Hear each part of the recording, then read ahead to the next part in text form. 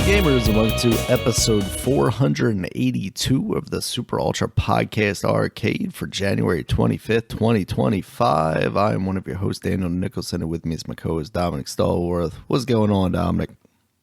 Man, there's been a lot going on, man, for these couple of weeks.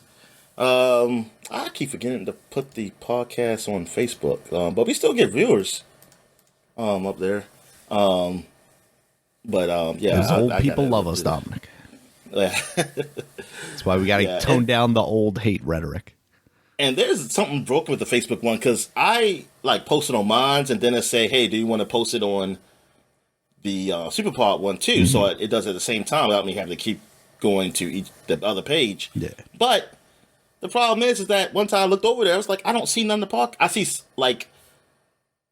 months. I was missing months. And I was like, what's going on? And I think it was a glitch that they weren't going over, but they were going over that time. I thought at first I was thinking all of them didn't go over that did that. So I'm like, God, has it been I've been doing this and nothing's been going over? But nah, some did. I don't know what happened. Some glitch and something, and I was like, get on that. One day Zuck. I'll go back. Yeah, I got time to be at the inauguration. You need to be down there in the weeds fixing this stuff. Yeah, inauguration happened, man. A lot of sports stuff happened too. Yeah.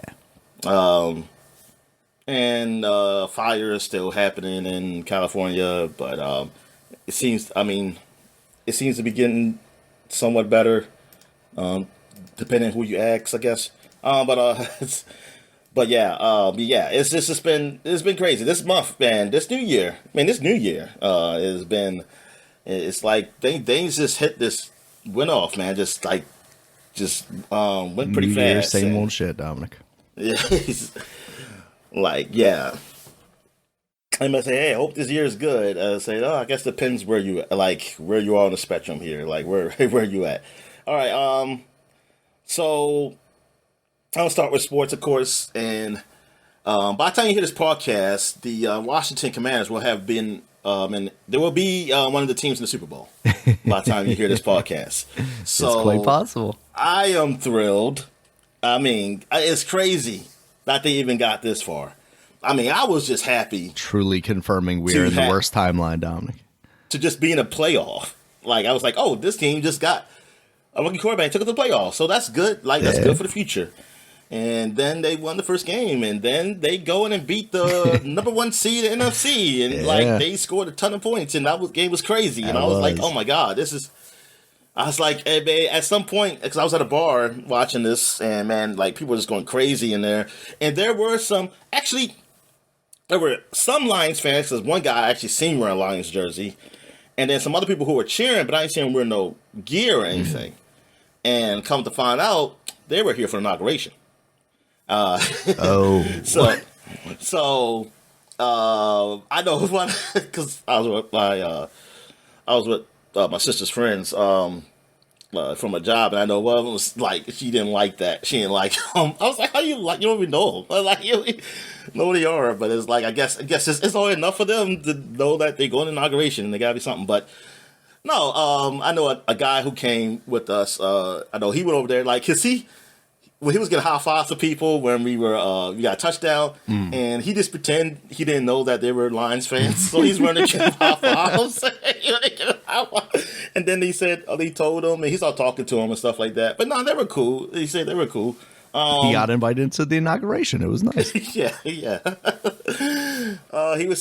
to sit next to Vivank in the back. All the way in the back, huh? Yeah. So, but anyway, no, he actually got better seats. He got better seats to help. So, but anyway, yeah. It was just so crazy. It was just you couldn't believe it. Even a lot of people were saying oh my God, we actually can win this. And it's like we have a chance to win. In the fourth quarter lead, it's oh my God, we could do this. And then it happens, and then it's just you're all excited, and then it's oh my God, man, we are going to the NFC Championship game. Only one game away from the Super Bowl. Yep. I said, this is crazy. We got here before the Cowboys did. Before the Cowboys, since the Cowboys been there, we got there before they did. Cowboys had teams that were they were number one, ranked number one, and they had teams that people had picked to go to the Super Bowl. And they have never been to the NFC Championship game since, 95, 96, I forget whatever year it was. I'm like, this is crazy. I said, and we just get here with the rookie quarterback, with the team that has like a rank 18th defense. It's not like we're like a great team. Yeah. Every team we played against had better rosters than us. And that's why with the Eagles, I just hear people say, like, there's no chance they can win this. Like, the Eagles are so much better. I'm like, everybody was better than us. I'm like, I don't care. As long as Jayden Daniels is playing, it's like we have a chance to win. I mean, that's it. That's what it is in the NFL. Like, if you have a great quarterback, you have a chance. You have a chance. In today's NFL. Defense was a thing. I mean, it's still and still is, because Philly's offense hasn't looked like it used to. The running game is great. Like, you have a running game because they got Saquon Barkley, who's the best running back right now. Mm-hmm. Running game and defense, that gives you a chance. And if you have a great quarterback, that gives you a chance. So they got a great defense and a great running back. And yeah, it's going to be a tough game. I mean, I think it's going to be close, but I think we're going to somehow figure out how to win. That's what I'm thinking. They're going to figure out somehow to win. Hurts hasn't been playing great because I think he's injured, but he's playing with the injury and things. But we'll see. We'll see what happens in that game. But like I said, I think we're going to win. So yes, by the time you hear this, be like, oh yeah, they won, and he was right. So he won't fall out of place. But yeah, and then on the other side, you got Kansas City versus Bills. Now, it's unfortunate the Ravens that they lost to the Bills. Yeah. That was a disappointment, man. We could have got the I-695 bowl or something like that. But for us anyway, we go on I-695. But still, and it's still technically a I-95 bowl with Philly and us. Yeah. So it's like, but still, yeah, you couldn't get to, not gonna be no Ravens Commanders Bowl. And it was just turnovers. Yeah, like that's what killed it. Like all the teams that won didn't turn the ball over, and I think Texans didn't even turn the ball over against Kansas City, but they made mistakes. They had a block field goal or something like that. Because I didn't see all that game.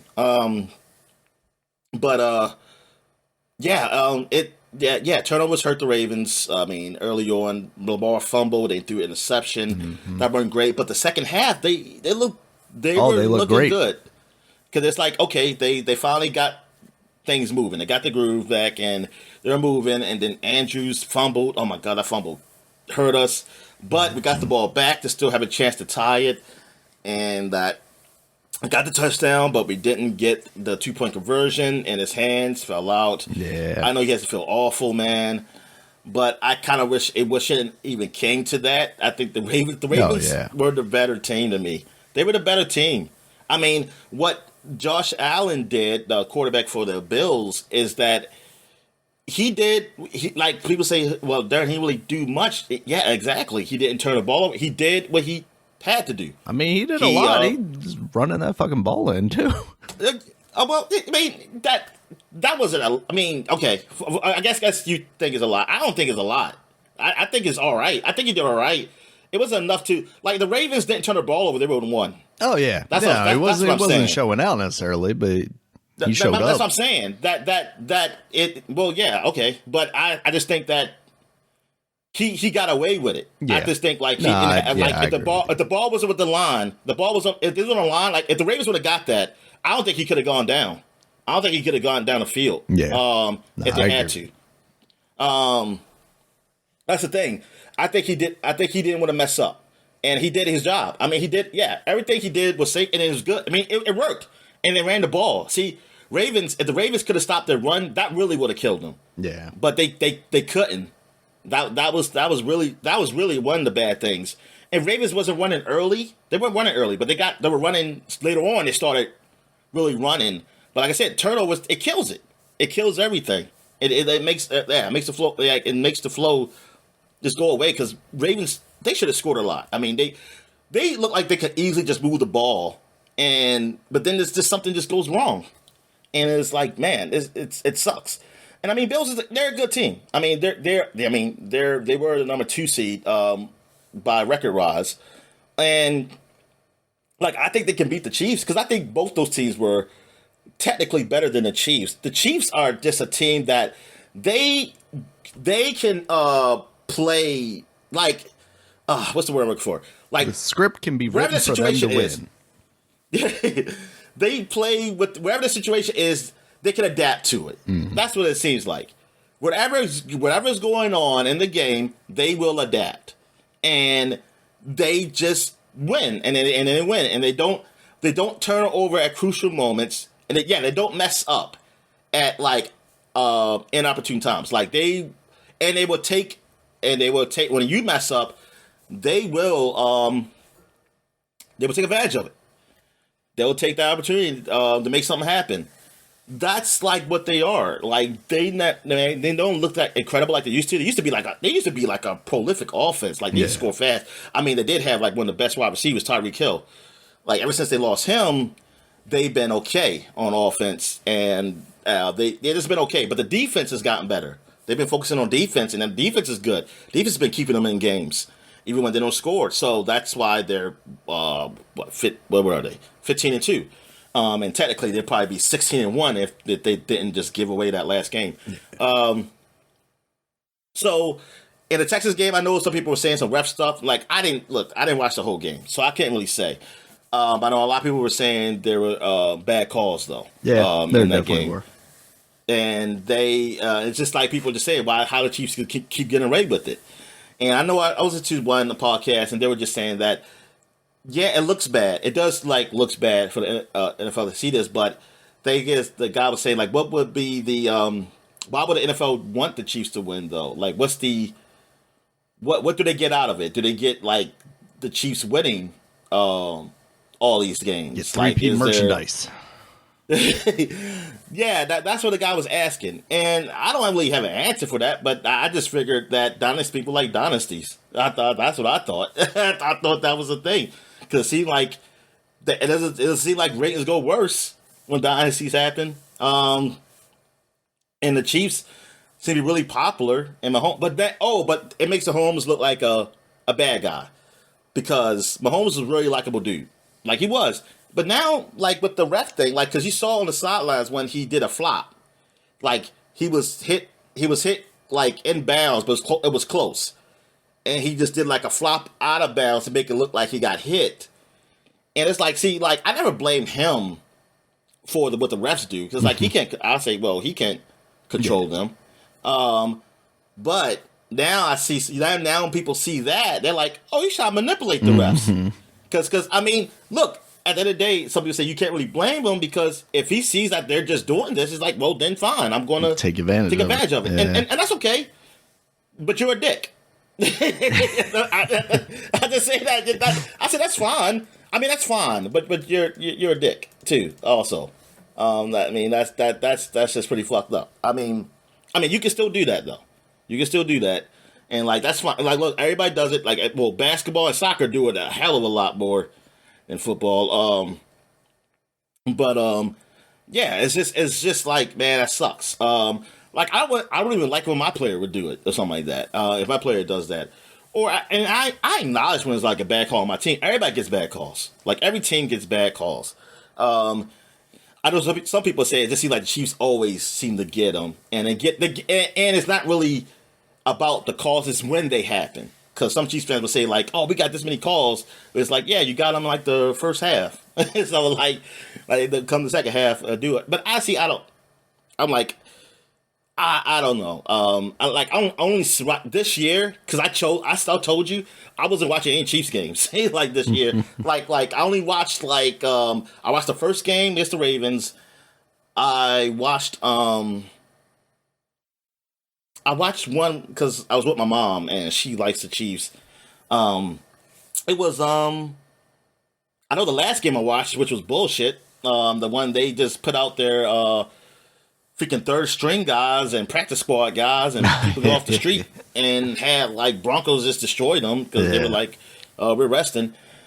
But yeah, I don't know. I think I watched one more game. I think I watched one Chiefs game. It wasn't the Bills Chiefs game when the Bills beat them. I didn't watch that one. I think it's one more. But like, yeah. The one on Christmas Day. I watched that one. The Steelers and No, that was a Christmas Day. Chiefs and yeah, it was Steelers and Chiefs. Steelers. Yeah. Because Ravens played the Texans. So yeah, that's the only one. Only 3 games I watched because I said like I'm not gonna watch this team. I was like I already because I said I already know they're gonna win. So I don't like watching things I already know was gonna happen. So I didn't care. They lost to the Bills. Like that's their one true loss. I'm like, oh well. Like Bills, it only matters if you beat them in the playoffs because y'all keep losing to them. So this is the chance. Bills, I think they have a better team that they can beat. They show they can beat the Chiefs. So they go in Arrowhead. I mean, I think it went away. I mean, I don't think that's the problem because and plus you can't say it's cold because they cold up there. So it's like either way. So that doesn't even matter. So like I said, like Arrowhead. I mean, even though it's a loud crowd and stuff like that, I don't think that's not gonna be the factor into if they lose. But I think the Bills can win. I think it would be Commanders versus Bills, which some people say that's what most of America wants because they don't want to see Eagles versus Chiefs again. And then people don't like Eagles fans. Yeah. And it's not so much the Eagles team. Like that's the thing. I never grew up hating Eagles, and I never even when I knew about the Eagles fans, I never really hated them. I thought because I used to like Don McNabb. I used to like those teams and stuff like that. Yeah. But now with the internet, you get to see people talk and stuff, and so they talk a lot of shit, and they just irritate me. It's like, you know what, fuck it, man. It's like, I hope we just whip your ass. It's like, I mean, we might not whip your ass, but I hope just y'all losing would be good enough because it's like y'all lost to an inferior team with a rookie quarterback in your face. So yeah, I even said it because I said I kind of wanted to see them in the first round. And it's like, oh, we see them now, and this is good. This builds rivalries, man. It's like you play with your division rival in the NFC game, NFC Championship game. Like Washington's done that in the past, but like before my time, really. I wasn't really watching football then. I mean, I've seen it with the Ravens and the Steelers. They have done it. So yeah, those things, man, become huge. So yeah, I can't wait for this. I can't wait till we beat them. And by the time you hear this, you already know the answer to what happened. Yeah. They won, and I don't know who I mean, I think the Bills will win. I think the Bills will. I don't think the Kansas City is going to three-peat. But if it is Kansas City, it would be. I'm just waiting for them to come on, Dan. You gotta copyright this. The Commanders and Chiefs Bowl. The Commanders and Chiefs Bowl. That means the president Donald Trump has to come to the game. That's what it's gonna be, man. That would be awesome. And plus, it'd be cool. Jayden Daniels, rookie, going against Pat Mahomes, who is in his prime, the best quarterback in the league right now.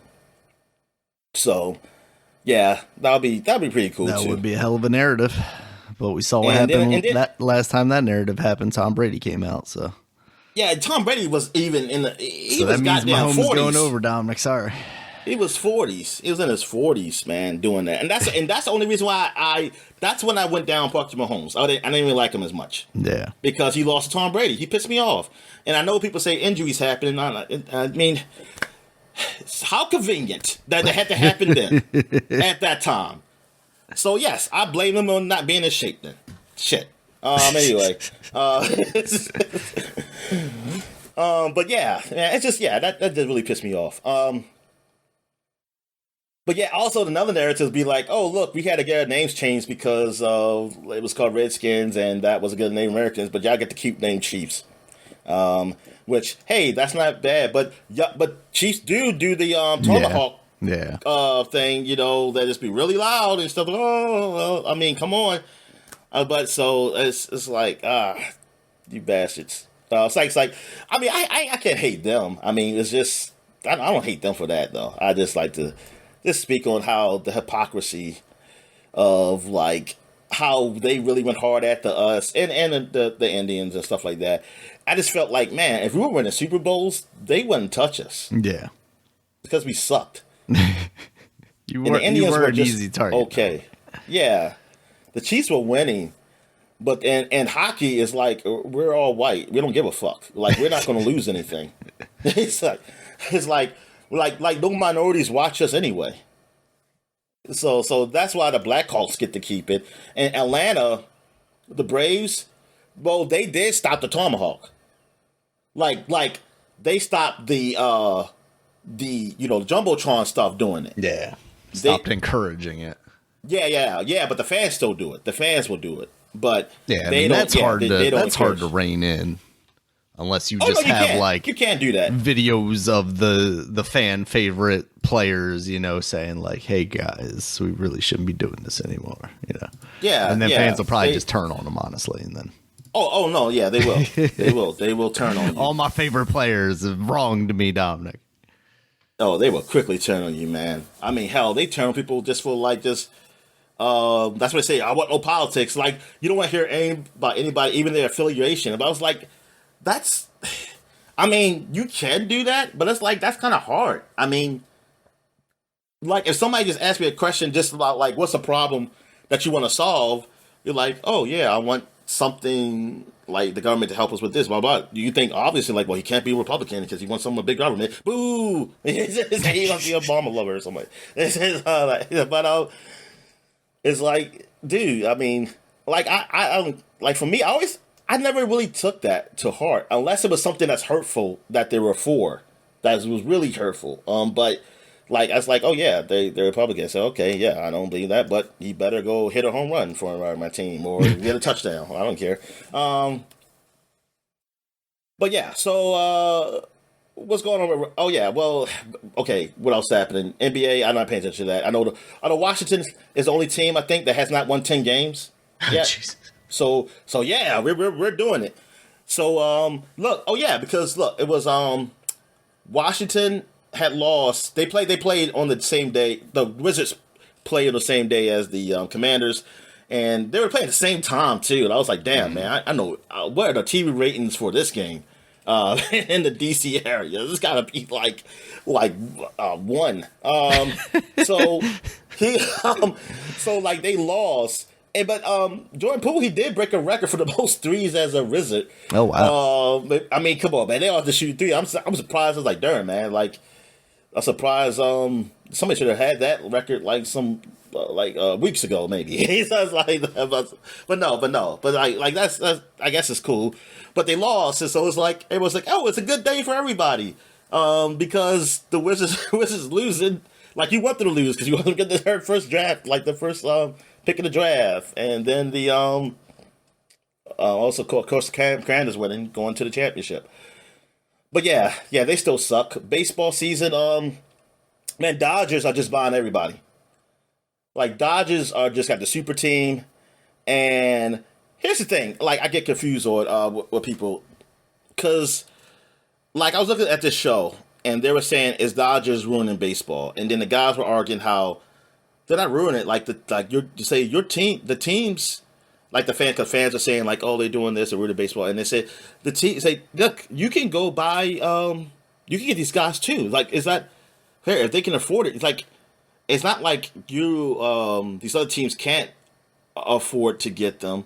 Like they're just, hey, you just got the owners have to just put up the money for them. But they're not even talking." I was like, who are you talking to? Because that's what they're saying. They were saying, like, that the teams can get them, that they can put the money up to get them. They can do, all these other things to help get players to come to their teams. Like, it's not the Dodgers' fault. But I was wondering, like, I hear that in multiple places. Like, even fans say that. Like, well, Dodger fans. Mm-hmm. And some other baseball fans, too. Like, they say, like, look, they say, you can't mad because we spend money to get the guys. I mean... y'all make money too. Y'all get like so much money for these. I guess whatever luxury tax or something. I don't know. No, because the luxury tax is something where they get to try to help for teams don't be able to just buy teams. But the Dodgers, they found a way. They defer money, so they have to pay for like a lot of years later to some of these players. But it's TV deals, like the TV deals and stuff, and like I think that like the top teams have to pay off to the smaller markets or something like that. I don't know. So you always get some type of money somewhere. But I'm like, are you talking to the owners or are you talking to the fans? Because I can't do anything about how my team spends money. Yeah. Like, all I see is that the Dodgers are buying up teams, and no, it's not good for baseball. Like, if my team is not getting players, look, I'm not blaming the Dodgers. I'm just the situation is not good though. You have to you have to recognize that. Like, if you just this one team is able, because like there's a for the overseas, like they have an international day when they get signed free agents. And the Dodgers got like quite a few guys from Japan. Well, top guys. They got top guys from Japan. And thing is, well, first of all, I think the international should be a draft. Like, I don't think that's fair that anybody overseas can just be a free agent and go to any team they want, while people in America, you got to be drafted Right. to a team. It should be a draft everywhere. I don't think that's fair. Yes, I don't think it should be open to the open market. I think it should be just they have to enter a draft because that's how you make it, and that's how you keep it at least close to being fair. Just one thing, free agency happens, team with the most money, and then Dodgers has a deal. Apparently, Dodgers have a deal where the TV deal that they did years ago, they did like some TV deal that made them just so much money. Like, they just get so much more money than anybody else in their TV deal that nobody can, so they have tons of money.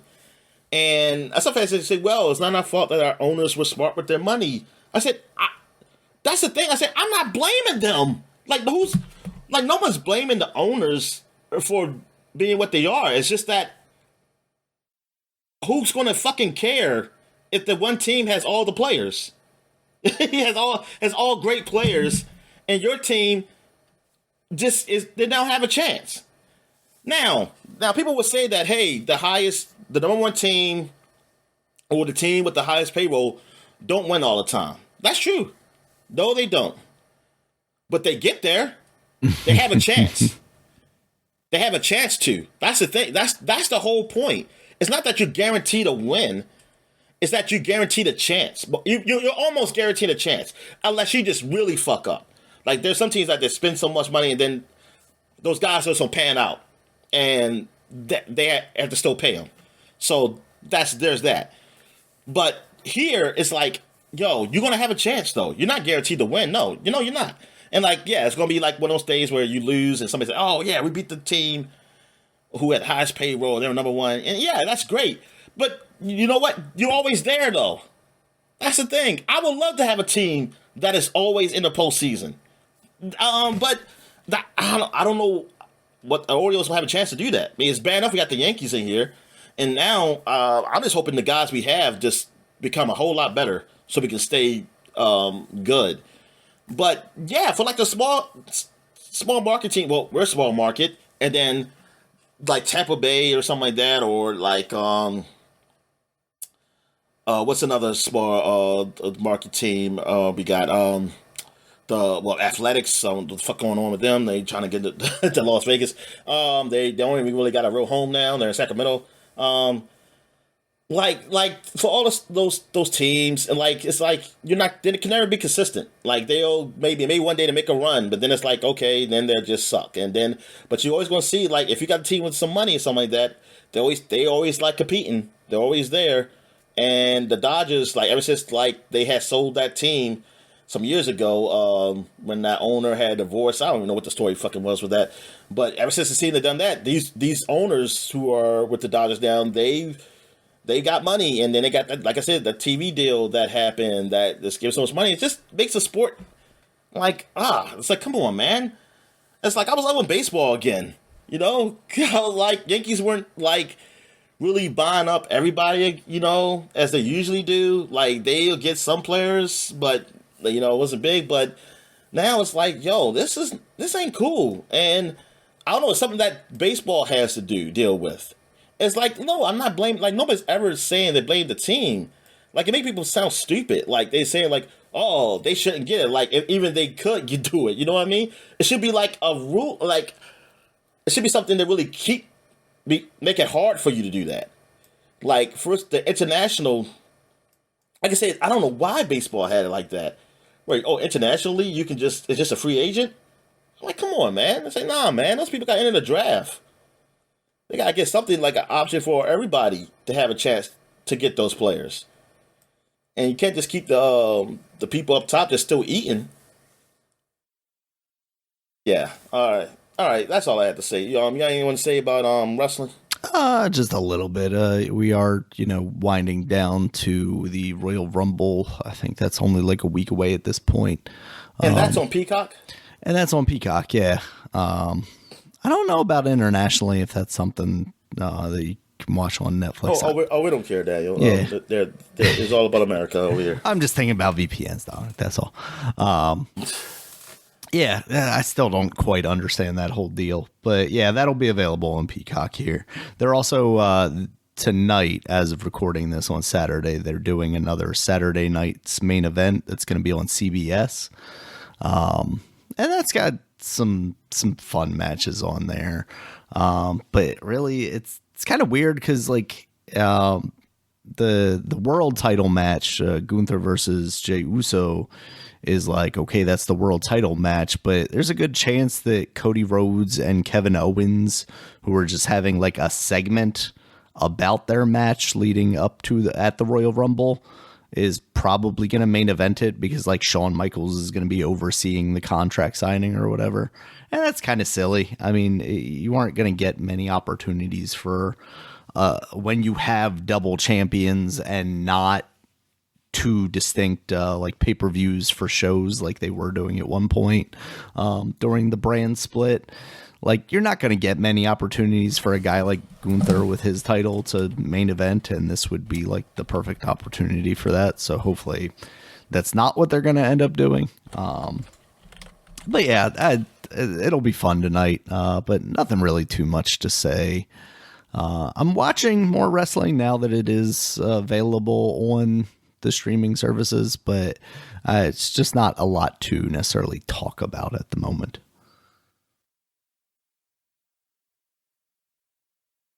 So that's all I got. Oh, I'm sorry. Darn, I wish you was kept talking, man. I was reading something. All right. All right. So, all right. So this is bad. Like, this is like the newsroom, and guy like looked at his phone. He was like, "Oh shit, he done death."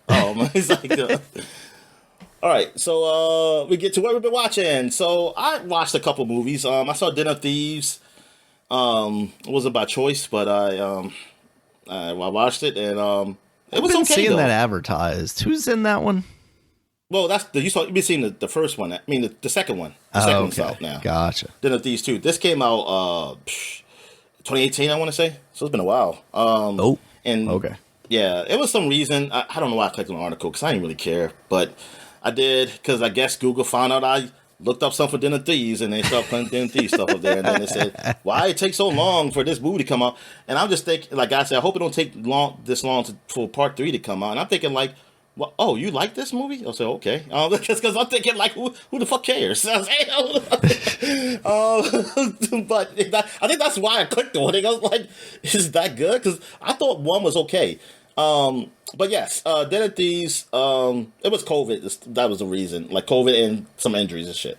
But anyway, Den of Thieves 1, it's about a bank heist.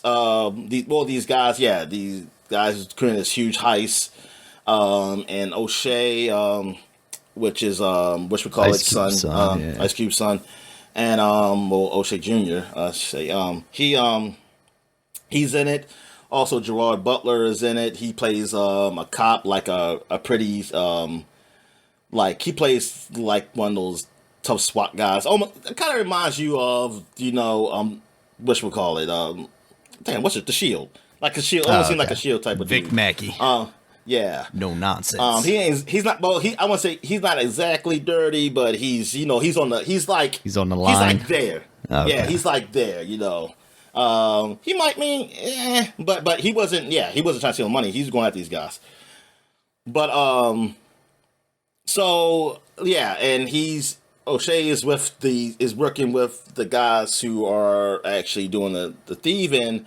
But he's like just basically the driver though, so they use him to basically try to get to know what they're doing. Like they got him, like he's the weak link, and said like, "Hey, tell us what's going on" and stuff like that. And because he's seen like the odd man out from the group because of his record compared to theirs, so Oh yeah, I forgot 50 Cent was in there too. Yeah. And but yeah, it was okay. They went to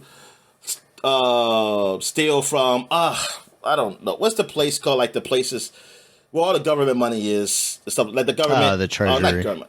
Yeah, the Treasury. Yeah, that's what it goes. Like, oh, the hardest place to go. I was like, oh, we did this in Grand Theft Auto. But anyway, and that's what I was saying. It's like, oh, this is Grand Theft Auto mission. But yeah, so that's what it was. It was okay. Like I enjoyed it. I enjoyed it, even though my sister was always pointing out some like inaccuracies. Like this doesn't make sense. It's like Don, it's not a great movie. It's like of course it's going to be. And she's like, how did he know to do that? So it's in the script. That's why they know. They read the script. But no, it was okay. And I was looking up Den of Thieves 2, and I think it's a pretty decent. I forget what I looked up 60 there. on Rotten Tomatoes, a 6.6 on IMDb. Yeah, that's actually pretty good then. I mean, for this type of movie, Yeah. I'm thinking like rotten. Yeah, honestly. because this definitely looks like a movie that in most cases would just be a Netflix movie. Yeah. Well, you know what? Now that I'm thinking about those Netflix movies, Daniel, they used to be in theaters. Yeah, some of them did. Yeah. Yeah. It was just like story wise, they were fine for a theater, but it was just like the quality of the action and stuff wasn't probably great on Netflix. Even though Netflix has been getting better with that, because I think the money that Netflix spend on these things is a lot more than what we usually get in TV movies like that. So then they're spending like a lot of money. I mean, I know they're supposed to be hopefully helping out my man Quaid. That's it, Quaid. No, not this Quaid. What's his name? What's the guy who did Horizon? Now, because I always get them mixed. I get Kim mixed up with Quaid, and another actor too. I get them It's all not mixed Val up. Kilmer, is it? No. Val Kilmer can't even move no more, man. What are you talking about? Oh shit! Yeah, not who I'm thinking of. Damn it! Why can't I think of his name now? Oh my god! Okay, I'll look it up. Kevin Costner. Yeah. Kevin Costner. Yes. Yeah, because he's having trouble with the movie, his pet project there, the Horizon series, and like he spent a lot of his own money, but it's not making no money. So they say they got some people looking at it on Netflix. So because two supposed to had an announcement date or came out, but it never did. And it's ready. It's like, that sucks. All right, yeah, you better get with Donald Trump, man. Tell him it's like a Greek American film, man. Straight from America. All right. Oh, and I also finally watched Doom 2. It took me months to see this movie. I've been watching it in pieces. And I finally That doesn't sound promising then. No, because there's always something that comes up. Something that comes up every time I start it. And I just was able to just sit down. Well, because I never get the feeling, because I don't know, for a while, I just didn't care about watching any movies. I just didn't care about sitting down watching a movie. If like every time I sat down, I kept thinking like, I either play a video game or watch a game, or it'll be some sports show on. And something like some type of sport to watch, and I'll just do that. Or I watch like maybe a TV series or something, but I never just sat down and watched a movie. So I finally just said, I'm going to finish watching Dune 2. And yeah, because I looked at it through the Oculus headset, through that movie screen thing. And yeah, man, Dune 2 was good.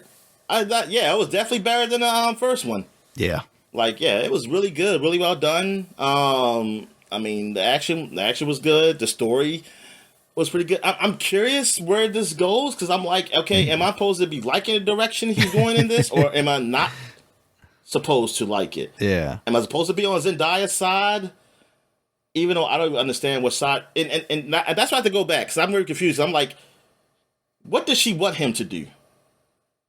That's what I'm saying. Yeah. I don't know what she want him to do, because she wants them to, she wants to beat these guys. Yeah. I was like, well, technically he did. But she doesn't want him to sacrifice everything to do it? Now I understand. Yeah, but now I mean I get the obvious part when he said he's gonna be with that woman because of her status. Yeah. Because she was the emperor's daughter, and now he's the emperor, and like they just be together, and then But yeah, I had to look that up. There's a lot of things I had to look on because I think I just sort of miss. Yeah, but no, it was yeah. I did enjoy it overall. I did enjoy it. I'm upset. I'm mad that Christopher Walken didn't he didn't yeah he did live he kissed the ring. Oh, so he did live. So yeah, he's only who's oh yeah. I was kind of wanting the blob. I wanted the blob to still last out there. So that's what I'm saying. Like, who's going to be the big bad for the next one? Like, who's the? Man, I know he's going after the houses. I wonder who's going to be who's going to be at the houses. The bald guy is still like the nephew or whatever. He's still alive, right? He killed him. He fought him in a one-on-one battle. Right. Yeah. One-on-one fight At the end. Yeah. Yeah. Because I was a little surprised that they got rid of him so quick. Yeah, that's what I thought it was gonna be. He was gonna be a bigger character. Yeah. Because like I thought it could be like some type of like not really arch enemy, but like something with Tillman and the main guy like going at each other. But they just went at you there. That was it. That was their fight. It was a good fight. I liked it. I liked the hand-to-hand combat. Mm-hmm. But yeah, it was, and or maybe she doesn't want things to go exactly like the prophecy. Like, stop following what they say you are. Like, yeah. But he was saying that. He was saying like, "Hey, I'm not."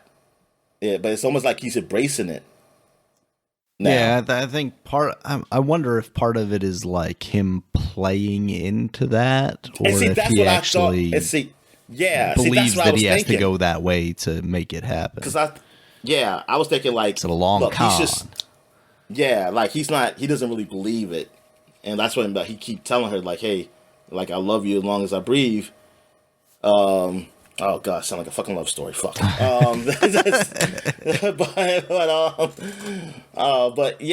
I think he maybe that's what I was thinking. Like maybe he's just playing the part, but eventually something's gonna happen. He's gonna do something that he can be with her or something. Yeah.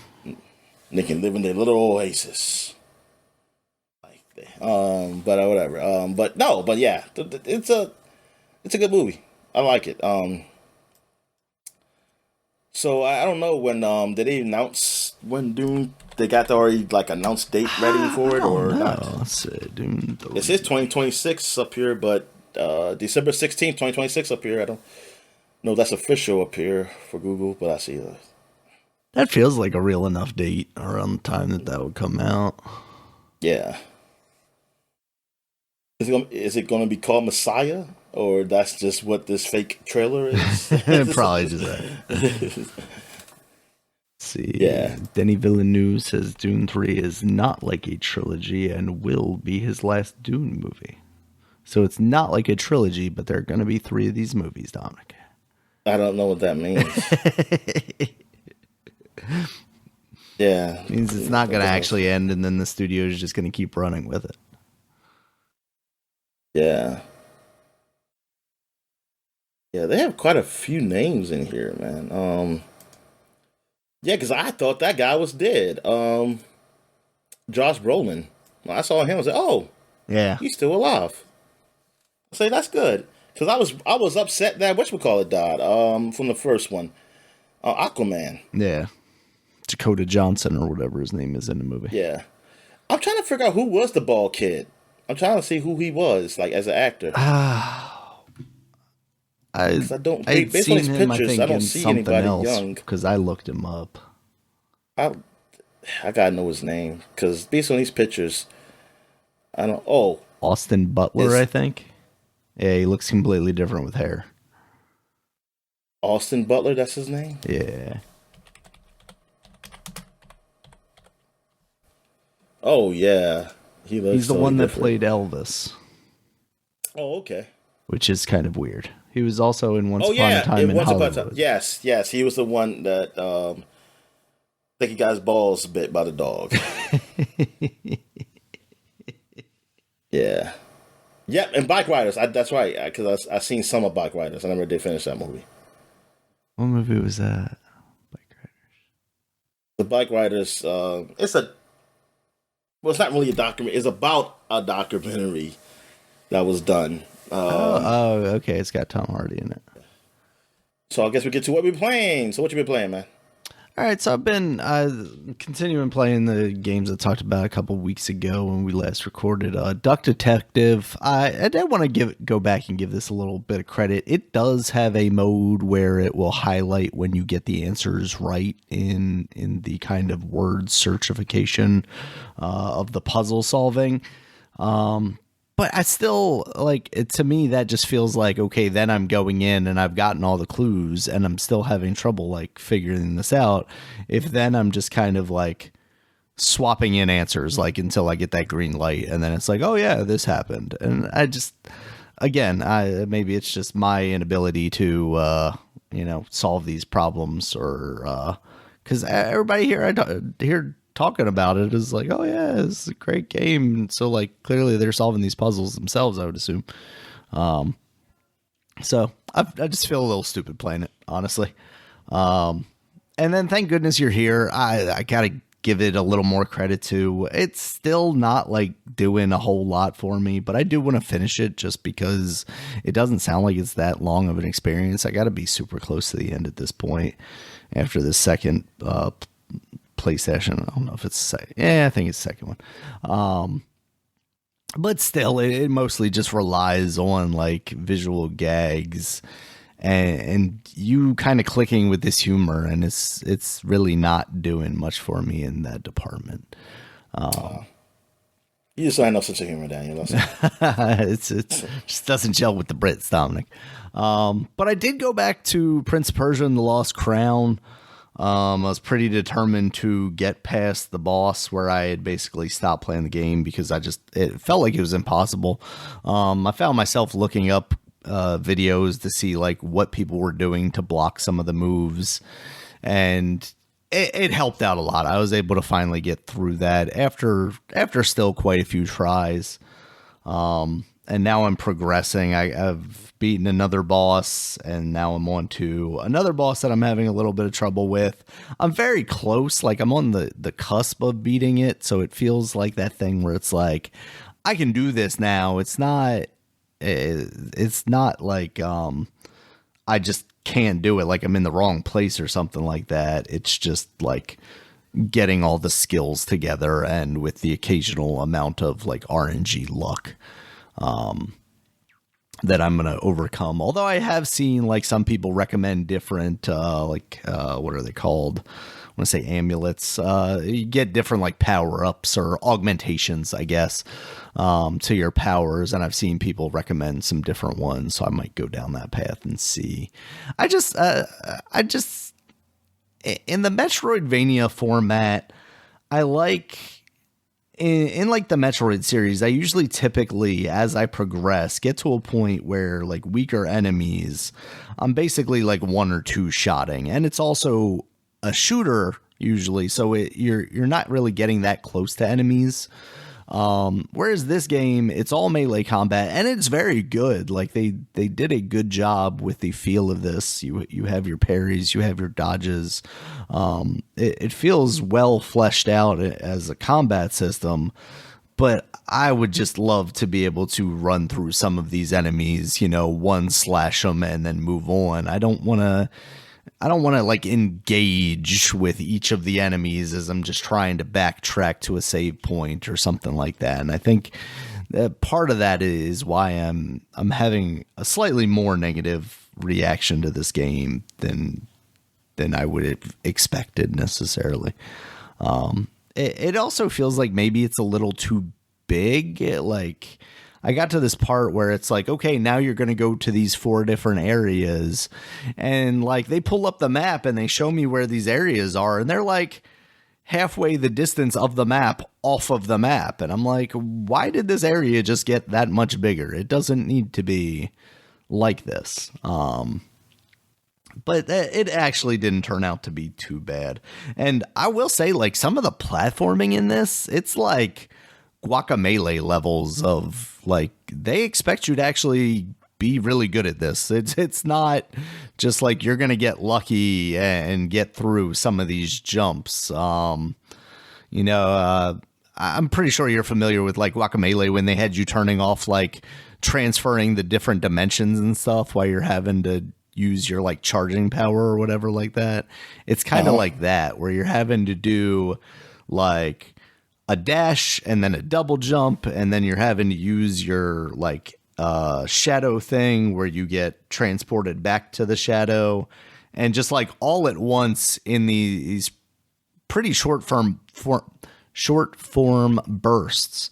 And like I could see that in like gathering extra like bonus materials to upgrade or something like that, but for it to be part of the critical path, I'm actually a little bit surprised by, and I wonder how many people have been turned off by like the difficulty aspect of that, because one of the things with this is like whenever you hit spikes, it's not like a ouch and then you bounce back up to a platform, or a ouch and you bounce back up to the pole that you were swinging on like that.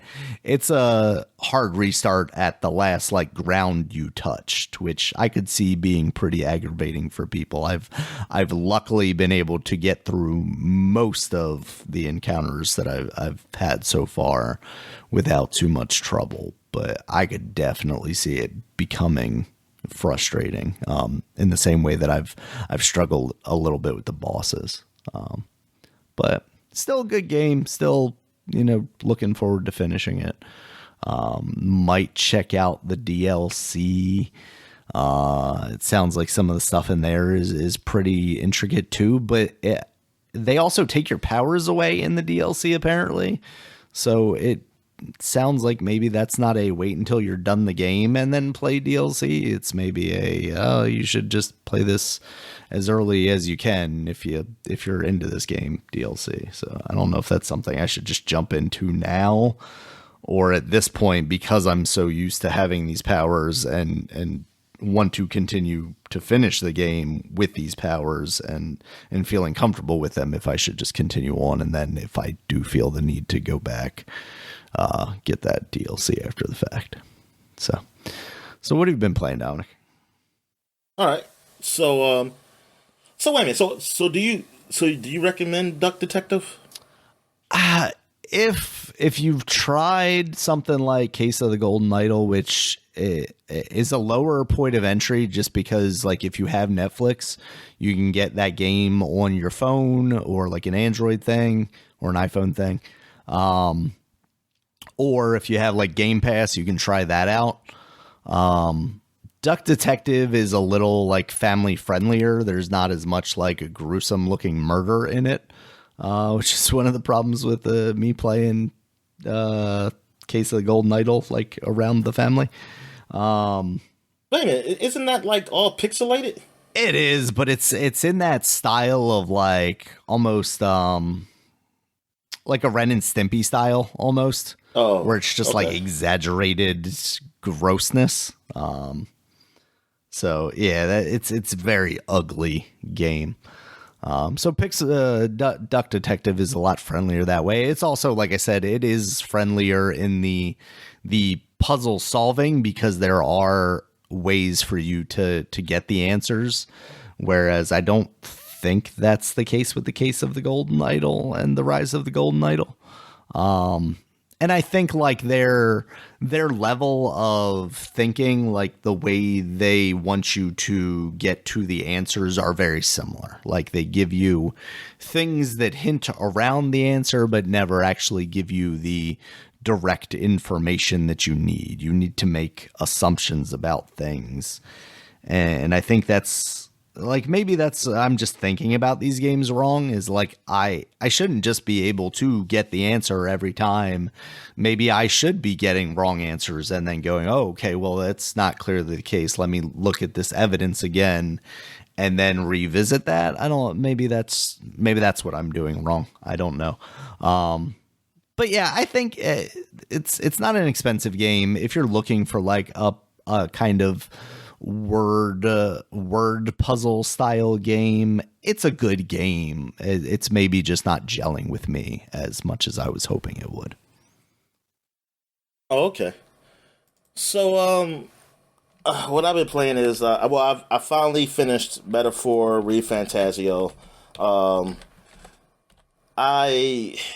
I mean, they have a new game plus, and there's I just want to get to the point where I can open this book because you can't do it on the first playthrough, which pissed me off, and I hate that. And I you know what, I'm tired of these games like having like, hey, you can only do this in New Game Plus. Because I'm like, dude, I don't have time to be playing games again. Yeah. I just Like, beat you. don't do. You want me to spend the same amount of Yeah, time again? look, I know there's people who do that. Yes, but I also play. I like to play a lot of games, and maybe they because they buy this one game and they keep playing it, and that's cool. But like me, I want to move on, and I did. It was like this book, and I was like, I can't open it. I was thinking it's like, oh, maybe at the end of the game, I can open this book and do whatever it's in here. This special book that's locked up, and I guess it's some boss or something in there. But then I read online, said, oh, you can only open this after New Game Plus, and I said, fuck. But other than that, man, it's a great story. I did get the good ending. Apparently there's like 4 different endings, and the other 3 aren't they aren't necessarily good. They're different.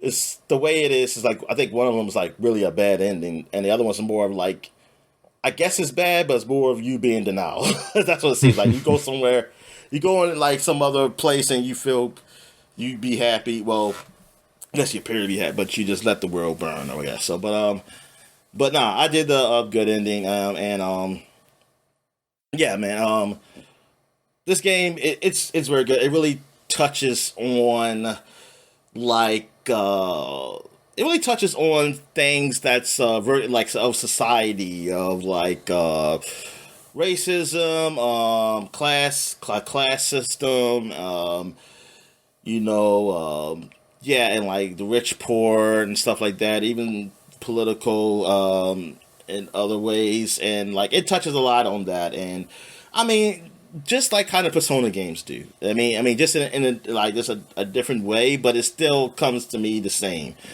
The ending basically, you know, the moral of the story is love thy neighbor. That's what basically what it is. Like that's what I know it's more than that, but it's like, yeah, but it's you.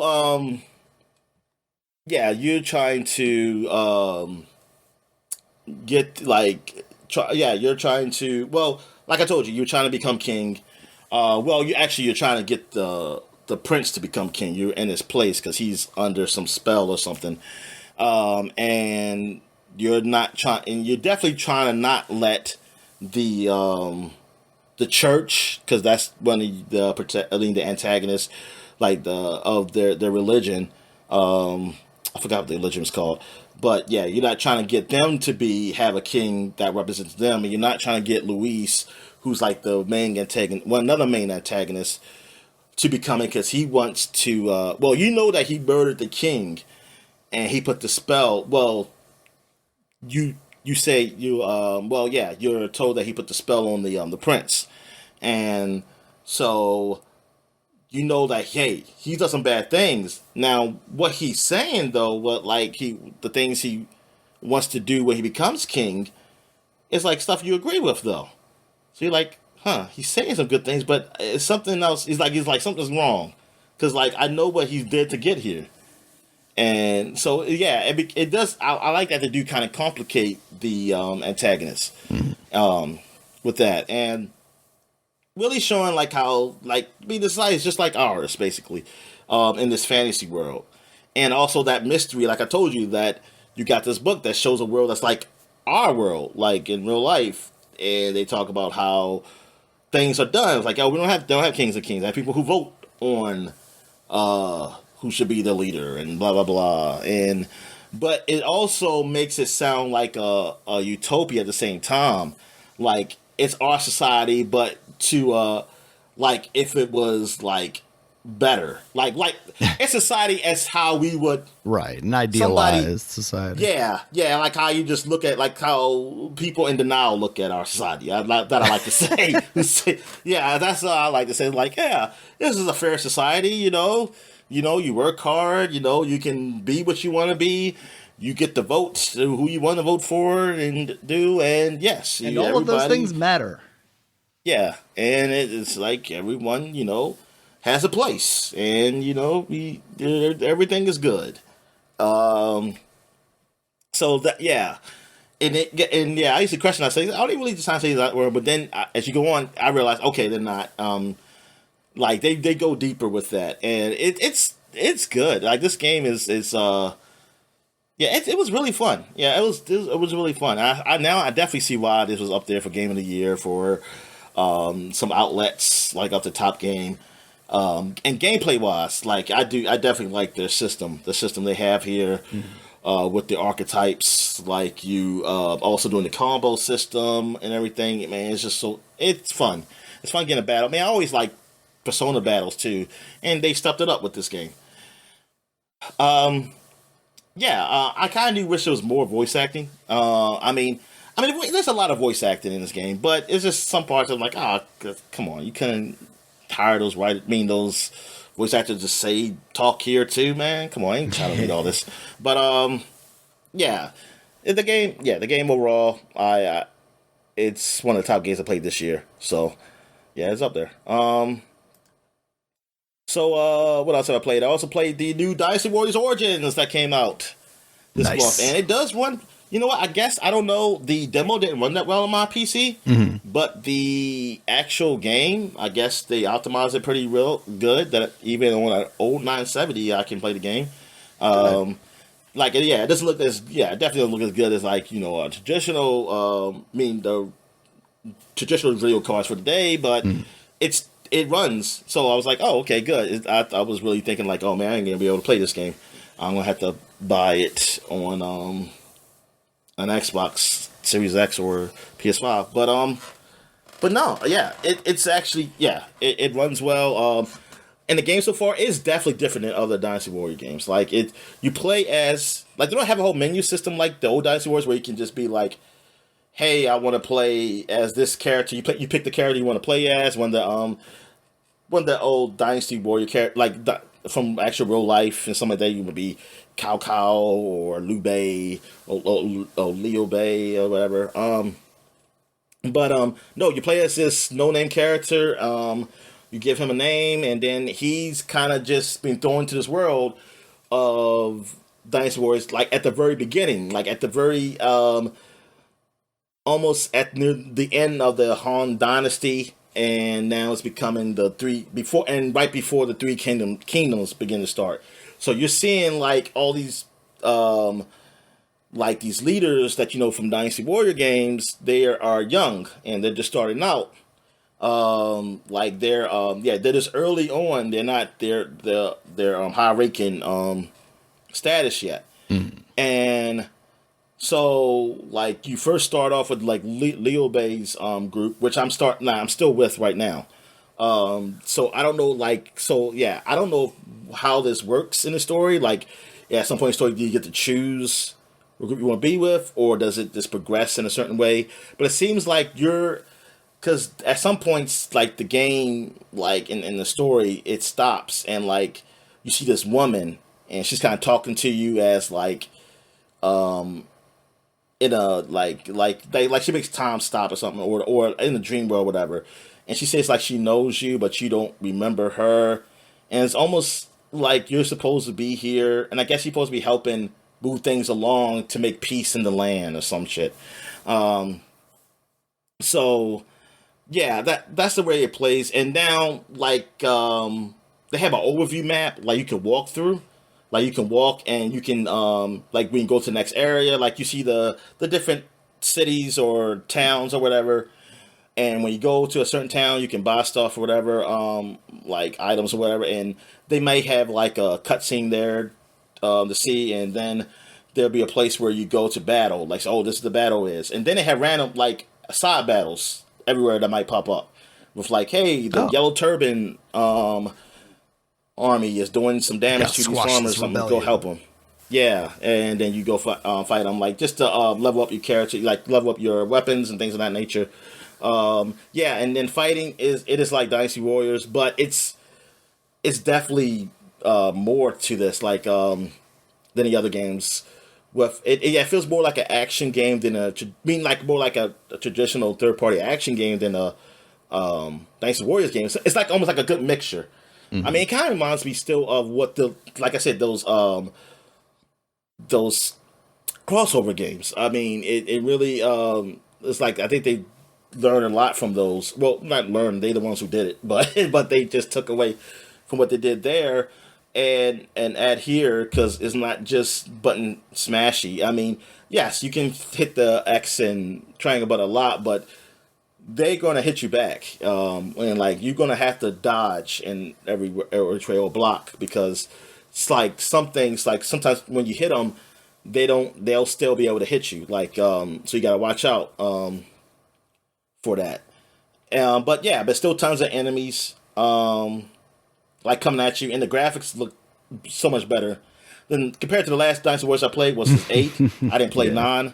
So maybe 9 looks all right. I mean, 9 did look okay when I used to see screenshots for it, but it's just I heard it was a bad game. But this, yeah, it looks so much better than that. Yeah, they do a really good job. It's all voice acted and it's in English, so yay. But yeah, man. Yeah, I mean, I'm liking it so far.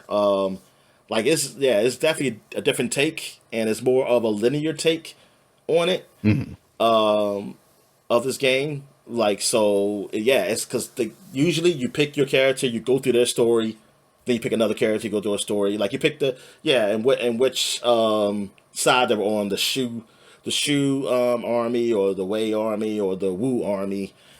This one, yeah, you're just starting from the beginning. You're just part of this. Like I'm just at the beginning part when they fight the Yellow Turban army, which you do that in the original Dynasty Warrior game, because all of them seem to work together then, because they're getting rid of the Yellow Turbans. Then they separate and start wanting to do their own thing. That's when they become the Three Kingdoms. So that's why I'm wondering, like, after this, like, this is Dynasty Warrior Origins. I don't know how far this goes in the story. Like, does it just go the Yellow Turban Army and that's it? So this is like a deeper dive into that rebellion, or is it do we go further? Yeah. To when go, because like, what's his name, Zhao Dun or something like that, because he has an eye patch. He usually has an eye patch, but now it's just early on he hasn't lost his eye. So I'm like, oh, I'm gonna see his lose his eye. I'm gonna see when he loses his eye. Yeah, it was gonna be something stupid like in fucking Captain Marvel, that it'll cat be a scratched the eye. Frylock Oh, or whatever that'll. Yeah, that's so stupid. All right, yeah, I'm gonna take you play that game. Also, I went back to Dragon Age. I almost forgot I had the game. So I was like, oh yeah, Adventure Madness 4. Let me play a little Dragon Age. And I played some. I did, like, I think I finished off the main quest I was on. And then I went and did a side quest. Yeah, and then I had to remind myself how to fight in that game, because I hadn't played it so long. The battle system, and I said this before, but the battle system is pretty good in the game. Definitely the action. Yeah, it's definitely like an action game type of battle system, more so than a role playing game. But it's still, it's done well. So I mean, it's still good in that. I haven't played too much of the game to really change my opinion of it. So my opinion, I mean, still is that it's all right so far right now. So yeah, I mean, I'll probably be getting back more into that game as time go on. Hopefully, I finish that within months. But I mean, between that and Red Dead Redemption, because I've been playing some more of that game, and like I'm still like in the, I haven't killed the Bill Williamson yet, so I'm still the very beginning part. But I've been doing a lot of side stuff, like either like hunting animals or stuff. And like, man, one time, man, it was like 3 fucking what they call three lion mountain lions.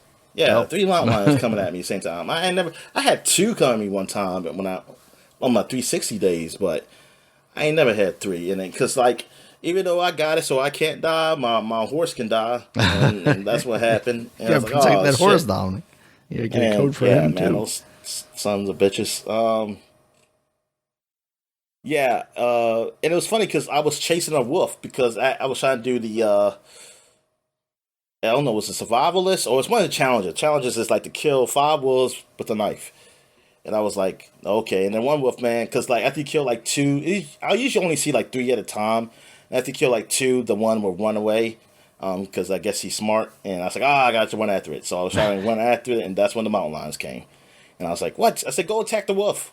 Let's go to. And I was like, I ain't pack hunters like the mountain lions. Y'all don't have like a pack or anything. I was like, what the fuck is this? A pride, I guess. Yeah, y'all don't do that shit. Y'all ain't the fucking African lions. Um, but anyway, yeah, just having fun with that and like looking at some cutscenes, just how like funny it is. Like this game can be. Um, what else? I also play. Oh yeah, I downloaded Broken Sword. Like it's the remake of the original point and click game. Oh, okay. And I remember I had downloaded the original one years ago, but I never finished it. So I was like, let me get the remake. And yeah, I mean, it looks good. I mean, it looks like a well done cartoon now instead of like a kind of pixelated cartoon before. Because it was good then. It still looked all right then. Like it wasn't a super old game. It wasn't like freaking Maniac Mansion type of game. It was like after that, but yeah. So the hand drawn animation looks good. It looked like it might be just the same voices from the original one. It sounds like, and if they aren't, then they did a good job recreating it to make it sound like it's very old. So I don't. So I'm just thinking it's the same voices because they did have voice acting in the one I played, the old one. But yeah, I didn't get too far in it. I was just trying it out to see how it was, and yeah, it's a fine game. Yeah, it's pretty good. Because I mean, it's like the original point and click games. It's a murder that happens, and you're just got in the middle of it. You were on vacation. You're on vacation in France, and I guess she'd be with that woman who's a reporter because she was supposed to be somebody, but a bomb blew up at the coffee shop you were at, and you were outside though, so you didn't get too hurt. Um, but a guy died, and a clown stole his suitcase. So someone was in a clown outfit. It was in there. So I had to try to find him. I try to find clues and find out what's going on. Yeah, it's like one of those really well done point and click games, and I guess it was really popular. I never heard of it until like the latest one had came out some years ago, and that's when I looked at to find the original one. And I guess, hey, I mean, it had I don't know how many they had a Broken Sword. They had quite a few, so I'm guessing it's popular enough. So like, Yeah. yeah, and then they do a remake. I also played a little bit of Disco Elysium like weeks ago, so I don't remember everything I did. Oh, I know one thing I did. I oh yeah, I was talking with these old men in this game, and like you could like because they were playing this game, and it's like I went up there and said, "Hey, you could do that too. You can show off to them." And I try to show off, and I like do the ball really far. It ran in the water, and the guy was like, "What the hell are you doing?" He said, "I was like, what?" They said, "I just did it. I threw the ball as far as I could, and I threw it, and it went good." It says, "And went far." I said, "Why'd you throw it in the water?" They say, "Isn't it shock putty?" I say, "No." You say, "No, we're not doing shock putty." And like my choices didn't give me anything to say like to ask them what they're playing.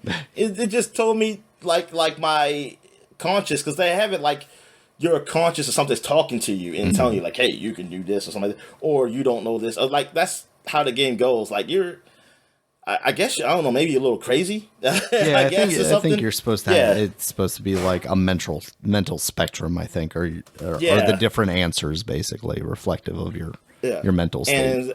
And also how you level up and to make it better so you can give better answers and everything.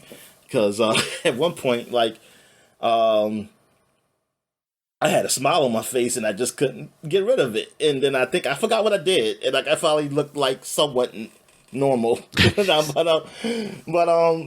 so I said, oh, I thought I said, oh, I'll get the ball back for you. Yeah, I'm still like early on again because it is timed. It is like the day moves like along or something like that. But it moves doesn't move fast. Because I was been doing seemed like a lot within this afternoon, and I think it got to again close to the evening now. But yeah, at one point I think I was talking to with like this union guy, this head of the union guy, and he knew where my missing gun and stuff were because he said, "Oh, I'll make sure to find your gun, sir," and something like that. And I'm like, because I remember where the gun was, like, oh, and see, in this playthrough, I start over again, and I didn't even recognize I missed the gun, and that's when see that was not good because my panic level was low, so I panicked more, and then that's when the game ended because I went and said, "Oh no, go! I got a missing gun." And I guess like then I get that, and I told you that you live under the bridge throwing feces at people or some shit like that. So I had to. Luckily, I had saved like not far from there. So I had to. I chose different answers and stuff to not make my my panic level go down. Oh, actually, maybe I just cheated. I think I just cheated and made it like infinite, so I don't go down. Because I was like, oh, I want to talk to this guy. But yeah, I mean, this is definitely a game that's I'd never played a game like this. Like it's almost like it's almost like a really a point and click game, but yeah, it's done definitely differently. Like it's really like almost like a choose your own adventure, but you only like you're picking what you might be able to pick some certain statements based on your like you said, your mental state, or how physical you are too. Like some things like, oh, you maybe like, because my guy's not that physical. It's more of a like, I think he's more intellectual guy, and so when I try to do anything physical, it's a dice roll, so most likely like I have less chance of doing it. But yeah, this is definitely something new. Like, I get why people they really liked it, and it's kind of give you like it gives you a breath of fresh air. It's like something that's like that was kind of seemed almost original. I mean, I'm sure they're probably games similar, like I guess that Citizen Sweeper or something it's called. Citizen had a part 2. Yeah, it's called Citizen Sleeper. Yeah, Sleeper. Yeah, I think Citizen Sleeper is similar to this. The only thing is that you can't move your character or anything. It's just like a story based. Like it's just a story, and and I think that's why I didn't really stay with the game because I thought it was like, you can it was like a point and click game. That's what I thought it was, but it's almost like a interactive novel to me. And I was like, oh, this is what this is. I was like, oh, I was only feeling it. Like this feels more because you got a game there too. You can move your character and stuff like that, and still have those conversations like with people and choose those. Like give you choices of what to say and what to do and everything. So so that's it. That's what I played. So I guess we'll take a break, and when we get back, we'll get to the flashback segment. All right. And we're back. So now we're flashback into 2015. Yes, we're in a new year. So now you're starting with January in 2015. Let's see what games come out. Usually, you don't get a ton of big games in the early year, but actually in the later years, we have more so than in the years past. Yeah. We had some. Like, at most, you might get one, something like that. Because I remember, like, Devil May Cry 2 came out one time, I believe. Maybe it was, like, February or January. I know it was early. Either early February or late January. But, yeah, and then lately, Capcom's been doing that. So, yes, you see what we got here. We got WWE Immortals came out on the iOS and Android. Yes, you played this game. This is the fighting game on the Droid. Yeah, it's not often that we talk about phone games here, but this one was pretty special. It was actually a WWE fighting game in the vein of Mortal Kombat, made by NetherRealms. This is a game that I really wish would have been turned into a full console style video game, because this took the different superstars and gave them like supernatural gimmicks. Like Brock Lesnar was essentially like Frankenstein, or what's the dude's name? Like Solomon Grundy from DC Comics.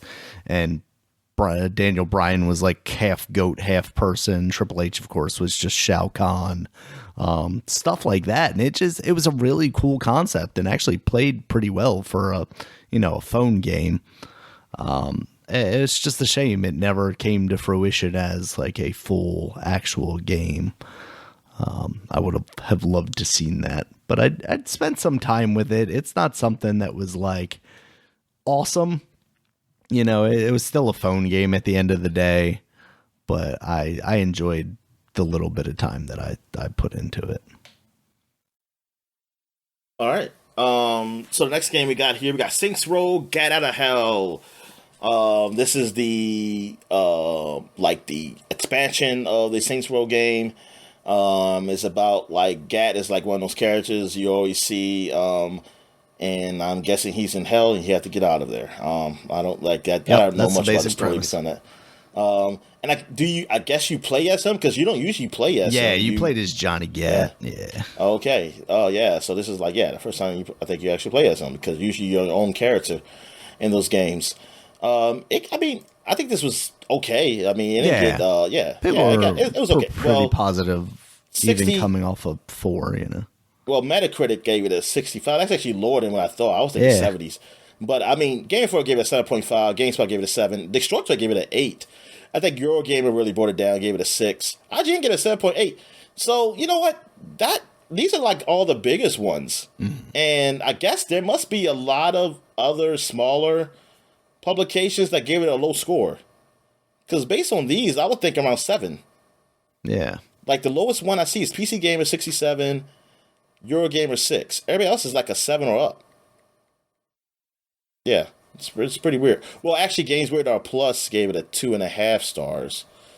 But yeah, other than that, man, I would have to think it's around a 7 range, to be honest with you. I mean, if it's anything like Saints Row, Saints Row was getting a little longer in the tooth than here. But, I mean, if you were a fan of those games, I mean, I think you still would have been satisfied.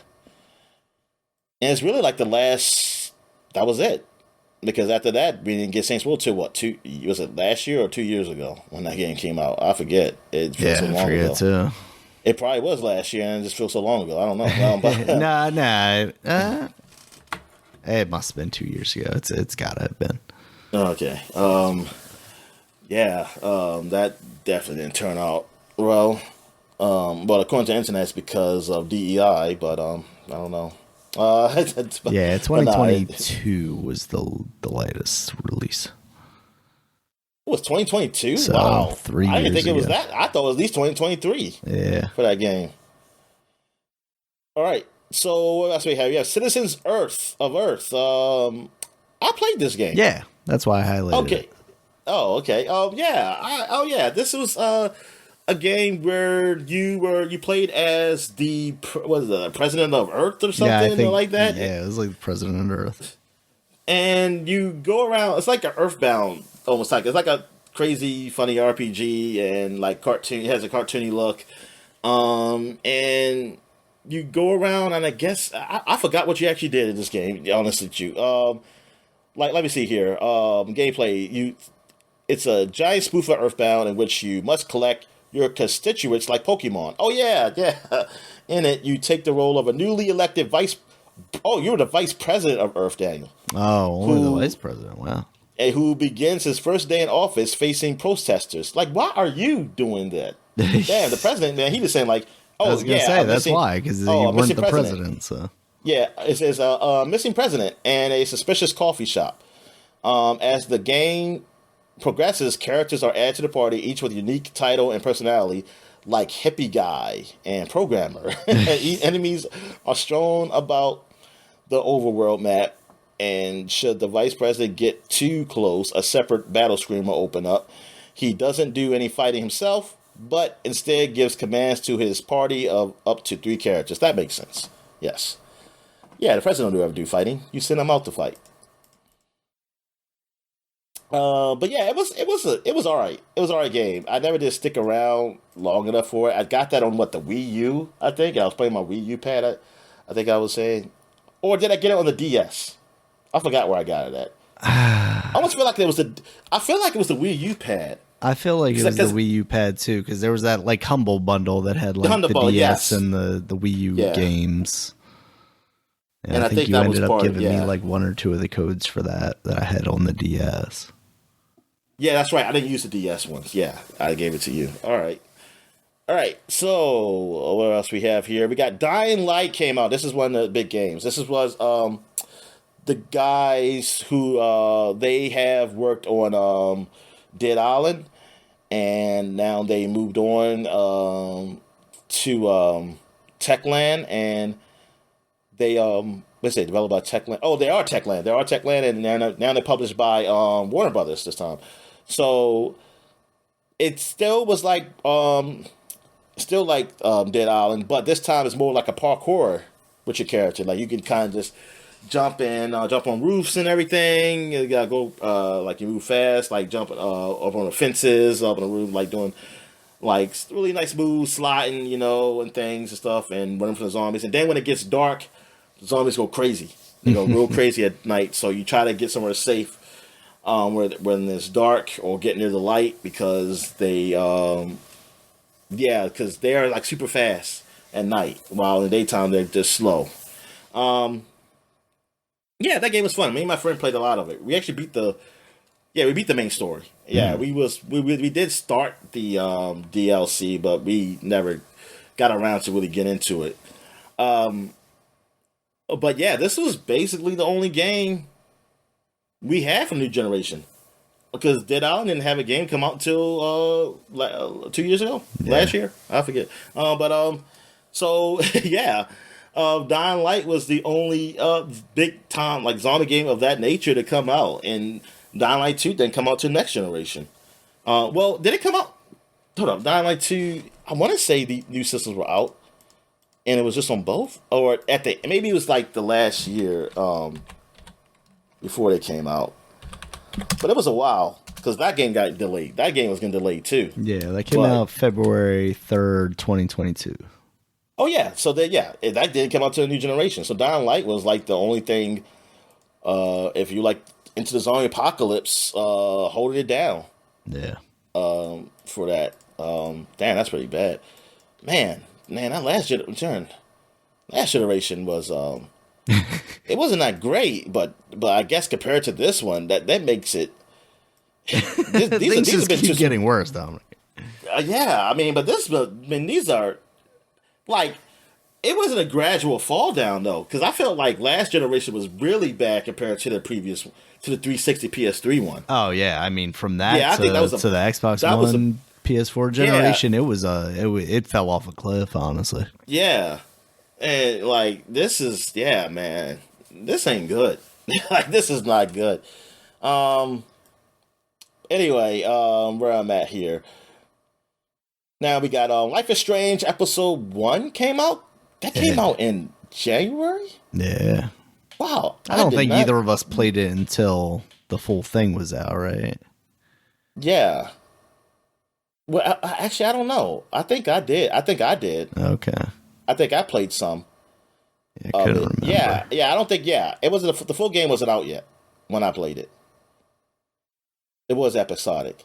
Gotcha. I don't know if I played it when it first came out. I'm not sure. We will have to go back on a freaking early podcast. It's crazy that now we're at the point where we have evidence. We could go back and look. But I know I played episodic because I that's why I used to replay it. I used to replay the chapter so I could to do the different endings. Yeah. To do different choices so I can have.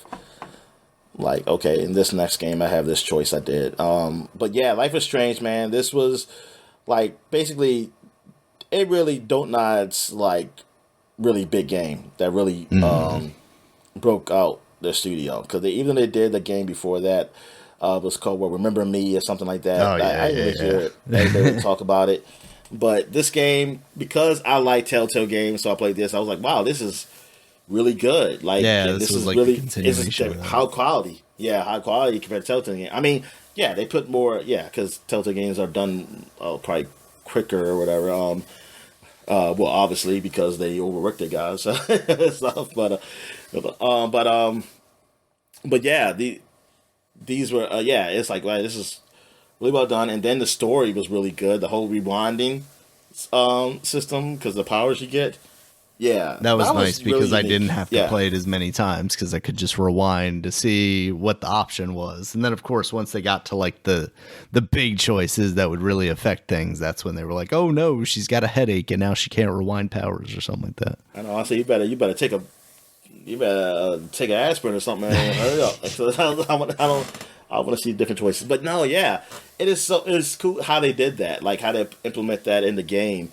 And it was a nice story. I know some people say, nah, but like they say, well, how the girls talk or something like that. Oh, kids don't talk like that or something. But I was like, I'll say okay. I mean, I didn't really have that was never an issue for me personally though. I don't know what people talk out in Seattle. I was like, whatever. But so I was like, but yeah, it was yeah, this was a good game. Like, and only played what the Colors one, whatever it's called. Yeah, Life is True Strange Colors. True Colors. That was like the only one I played. The other one, I played a little bit of the first chapter of the prequel to this game. Yeah, But before the story. yeah, I didn't. Yeah, I still gotta finish up on that. Like, yeah, I'm like way behind on those games. But yeah, but this one, man, it was great. I like it was really like it was like yeah, I was like yeah, this is better than some Telltale games. I mean, because like I said, production value they done more with this game. There's a lot more money probably behind it on this game than Telltale games. And also, Telltale games, they're making like 5 at a time or some shit. Yeah.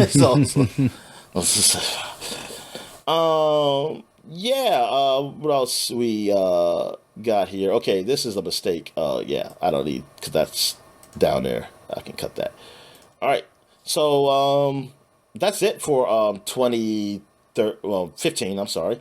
So now we're going back 20 years to 2005, and we got The Legend of Zelda Minish Cap came out Crazy. in the U.S. It came out in Japan, I think November of the previous year. Yeah. But yes, so yeah. I mean, I played this game also, but I don't think I beat this one.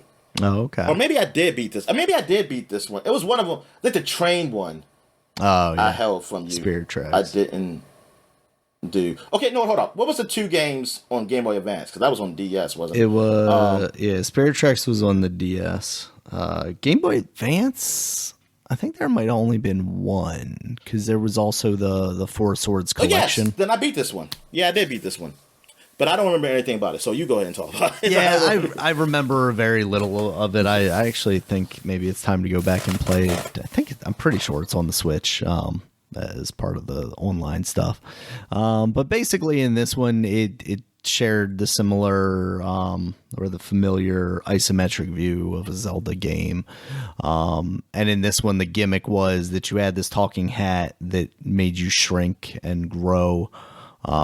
Basically you would shrink down, talk to these Minish people and solve their problems. It followed the normal Zelda dungeon structure. This is before they scoot off into like the Link Between I'm surprised Worlds. nobody attacked them on that slur, calling those people Minish. Yeah, but I remember it very fondly. I would have to go back and play it again to remember really anything of any detail, but I remember at the time having a lot of fun with it. I'm pretty sure I played it since then, but it's still been a while. I probably picked it up on the Vita at some point, emulator that way. Oh, is that you know, Minish that could be confused with the Mennonites or something. Maybe that's like a slur for the Minish, for Mennonites. So look at the Minish. Don't diminish yeah, me, man. Dominic. What'd you say? I said don't diminish me. Diminish. Yeah, the Minish Cap. I mean, I did enjoy the game. I know that I did like the game. But yeah, I do remember like it. Yeah, it talked. It looked like a damn bird or something. Even though it was just a cat, but because like yeah, it's got a beak. It looked like it has a beak. Yeah, it's got a beak. It's weird. Yeah. But yeah, It was inhabited by the soul of a Minish person or something like that. It was super yeah, I weird. give it to Zelda. I mean Nintendo in general. For that, like how creative they are with like how they keep doing these new installments of Their their ability games. to just take mushrooms and Yeah. come up with brand new ideas is incredible. Like, yeah, I mean that the Spirit tracks. I mean, like, what the hell? All right. So what else we have here? We got Resident Evil 4 came out on the GameCube, and I was so jealous of this that the GameCube got to have this good-looking Resident Evil game, brand new. Wasn't on the PS2 until later Yeah. it came, but I didn't know if it was going to come or when. Um, but I was like, you go to this inferior console, this inferior little purple box, and you know, come to where the money Doesn't goes. even How have a you- proper second stick on it. yeah. But yeah, you talk about this because you played this definitely. Well, hell, I never beat it. So Oh, wow. yeah, you played Really? it before. No. Yeah, it's I too mean, scary, I've Dave. played it a couple of times now. As recently as the Switch on this, we talked about that on this podcast. Yeah, I mean, it's hard to argue that this isn't one of the best games of all time, especially if you were to like limit it to I do. a specific I agree with genre. It took what was working for Resident Evil as far as like the zombie and the shooting stuff and just made it into a modern game. This is really what turned a lot of games in a similar kind of genre, I guess, into more modern games. The over the shoulder Yeah. third person action. I mean, if you look back at it, if you look at a lot of what like Sony is doing right now, a lot of that really originated in Resident Evil 4, which is kind of crazy to think about. But yeah, you're coming off of games like what would have been one of the most recent ones outside of, I mean, you would have the remake, obviously, that they did for the GameCube as well. We talked a little bit about that, I think, already. Resident Evil Zero, they had made. Zero was like a new game, but it was Yeah. still done like old Resident Like Evil. that old one. And then before that, obviously, like Code Veronica and everything, where these are all Survivor. isometric views. Oh, yeah. Survivor. yeah, That's what- yeah, Survivor. That should have been the direction the series could have been taken. Yeah. But yeah, to have it to go to this and just using the visuals, like this did incredible things with the GameCube's power. Obviously the GameCube was kind of like this middle ground between the Xbox and the PlayStation 2 at the time. But this really took that, and we had already seen what Capcom could do with the Resident Evil remake and Zero. Those games were some of the best looking games on that system, even to this day, but they still used pre-generated, pre-rendered backgrounds, and this finally took that world into a full 3D environment, and just blew it out of the water. You look back at it now where you have to like stop to shoot, and in a lot of ways like that can feel a little archaic when you go back from now, but at the same time I think that was kind of like a happy balance between the limited ammo and the limited movement of the original Resident Evil games and what you have now, which is just an action shooter basically. So I think they really did nail this game in so many ways. And there's just like so many weird, eerie things in it too, like the little short prince guy, and the large cloaked, things that stood next to him that ended up being like weird looking alien style things. It also like subverted what you would expect out of a zombie game, where it's like you always go for their head because that's how you kill zombies. And now it's like the Las Plagas. So when you shoot their heads, this like tentacle thing comes out and attacks you, so you have to shoot them in the legs, but they actually react to you shooting them in the legs appropriately. Those gonna be the genitals. Yeah, shoot them in the genitals. You know what? Now I'm thinking, like, I don't remember that actually.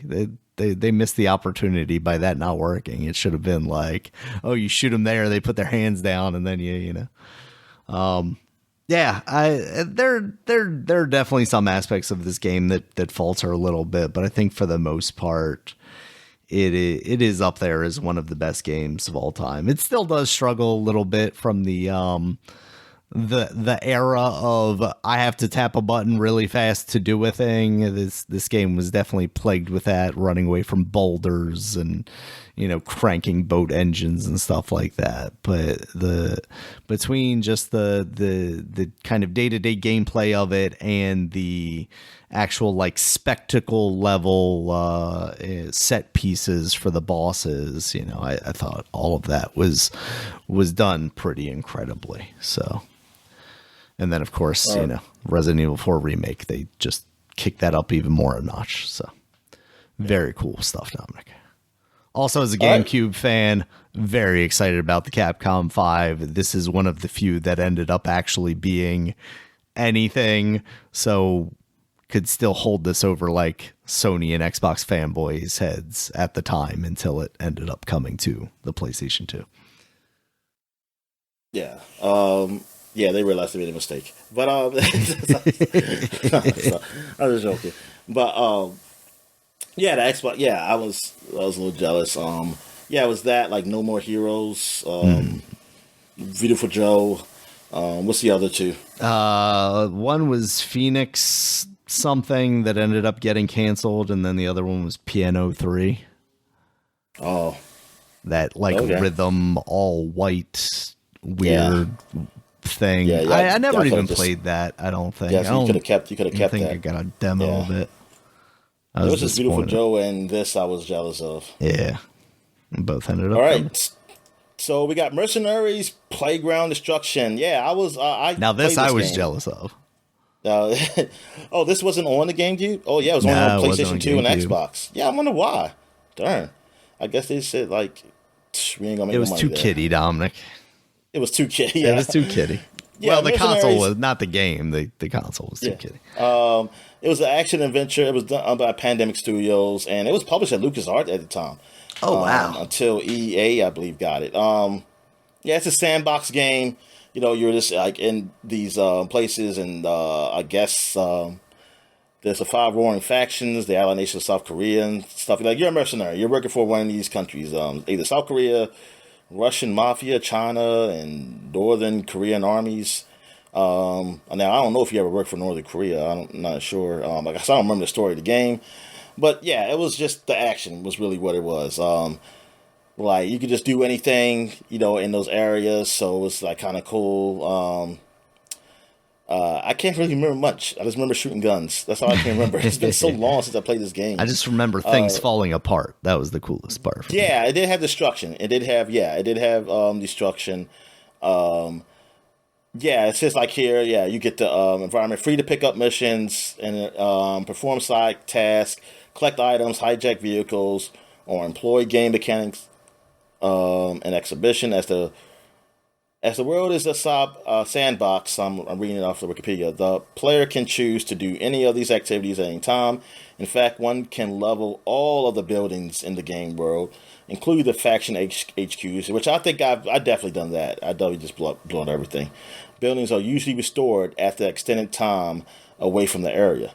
The player's death or reloading the game, they come back. Okay. Also, the player can cause wanton destruction and many small outposts and strongholds occupied by and restricted to faction members only. However, excessive rampaging is discouraged by the reduction of the attack faction's disposition towards the player and the murders of civilians and allied nations' personal results in cash fines as well. It was one of those crazy games like sandboxy games. So like you didn't have a lot of those back then. So this was kind of like a treat. Like it's like, yeah, I was like, get to blow up shit. and just do anything, even though there are consequences. But there's no real consequences though. They ain't real. So I was like, I don't care. I can blow up these civilians, whatever. Yeah. So this is before the days of we had like Just Cause and things of that nature. This was this is something on the PlayStation and Xbox. Yeah, because I was real excited for this game. Mm. And I enjoyed it. I couldn't wait for I was real excited for 2, but then 2 didn't turn out great, but it was all right. But it wasn't like I thought it was going to be a whole lot bigger than what it was. Yeah. All right, the next game we got here, The Getaway Black Monday. This is the sequel to The Getaway, and which takes place in London, and so does this one. This was Grand Theft Auto Killer Kid, Dominic. Wait a minute.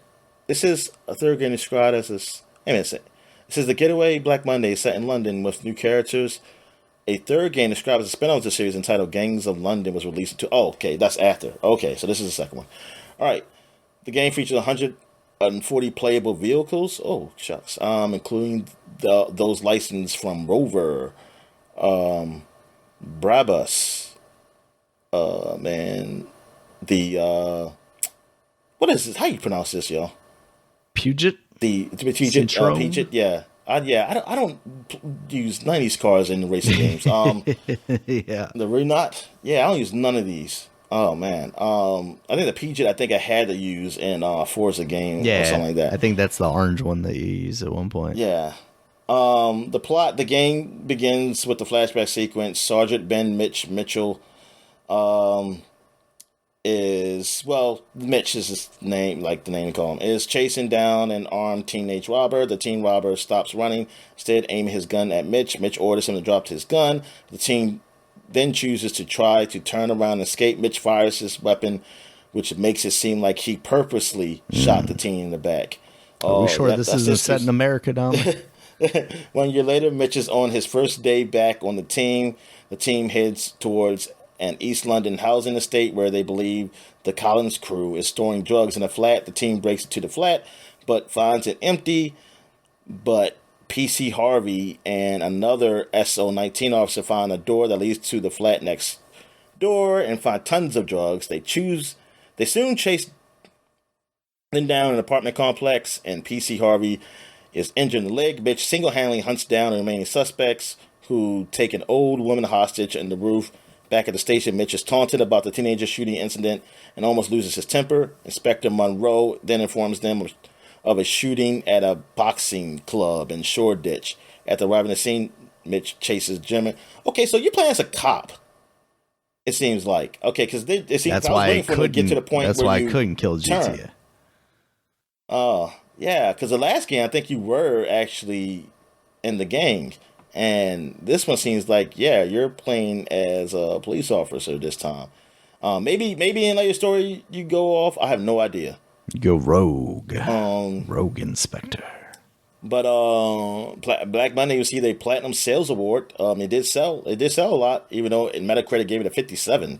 Yeah, that's right. Edge, which is the British premier magazine. And it's premier. It's definitely premier. I mean, it's British, but it sells here. It's gave it a 3 out of 10.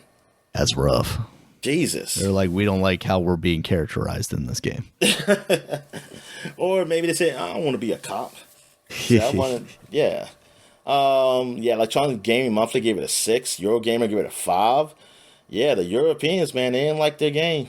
Famitsu liked it. They gave it a 30 out of 40. Famitsu, I don't know. Game Informer gave it a 7 out of 10. Darn, they also had them on the cover, Dominic. Yeah, the British are tough on their game, man.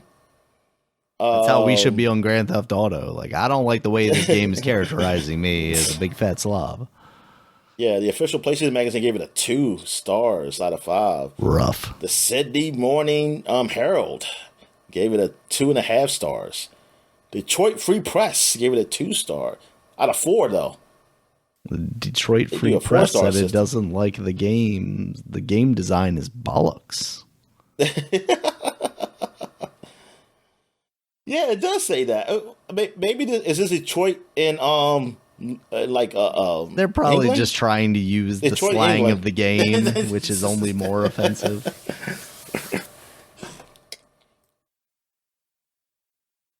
All right. Yeah, what else we got here? We got Banjo Pilot came out. Oh, you want to mention this?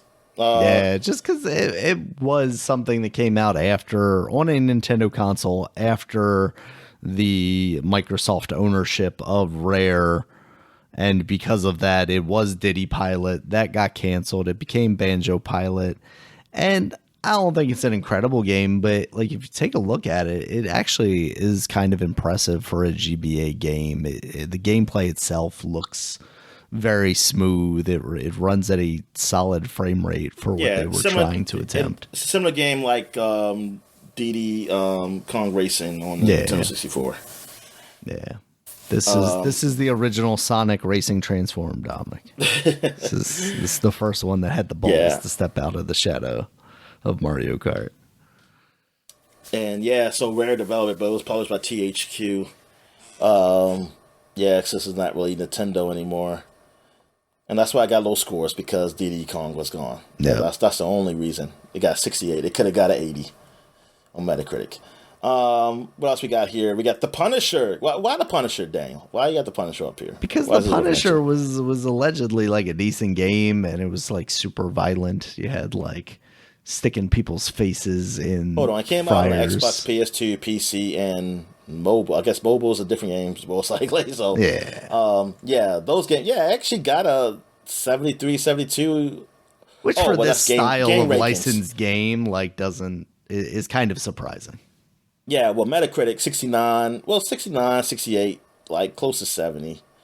Edge didn't like it though, Daniel. Also, we got to talk about the controversy, Dominic. Apparently, it featured extremely gruesome scenes of torture and gore that the ESRB stated was in the initial cut would have met adult only ratings. So not the so sex they had to stuff, tone it down, Dominic. They had to tone it down. Because the gore. It said much like Manhunt 2. Oh yeah, Manhunt 2. Yep. I remember that having problems. Wii U exclusive Manhunt 2. Yeah. Or Wii, not Wii U. Like, what did they do? Like, what did they do to Manhunt to, like, finally get it out? I think they did tone it down a little bit, but then, of course, you had the Wii version where you're, like, taking the Wii controllers and, like, literally strangling, enacting the strangulation. But darn. So they had a, so what did they take out then? I wanted... because there's still some pretty graphic stuff in that Punisher game. I've seen the cutscenes before. I mean, shucks, man. Based on the Punisher, even the TV show that came out on Netflix, man, that shit was gruesome. I mean, that's the Punisher. Yeah. I mean, I assume true to character. I never read a comic, so but I've seen him in Spider-Man in the animated series, and Jesus, what they let him do in that show it's crazy. I don't know what they do in that show. He rode around in a van with his geek friend.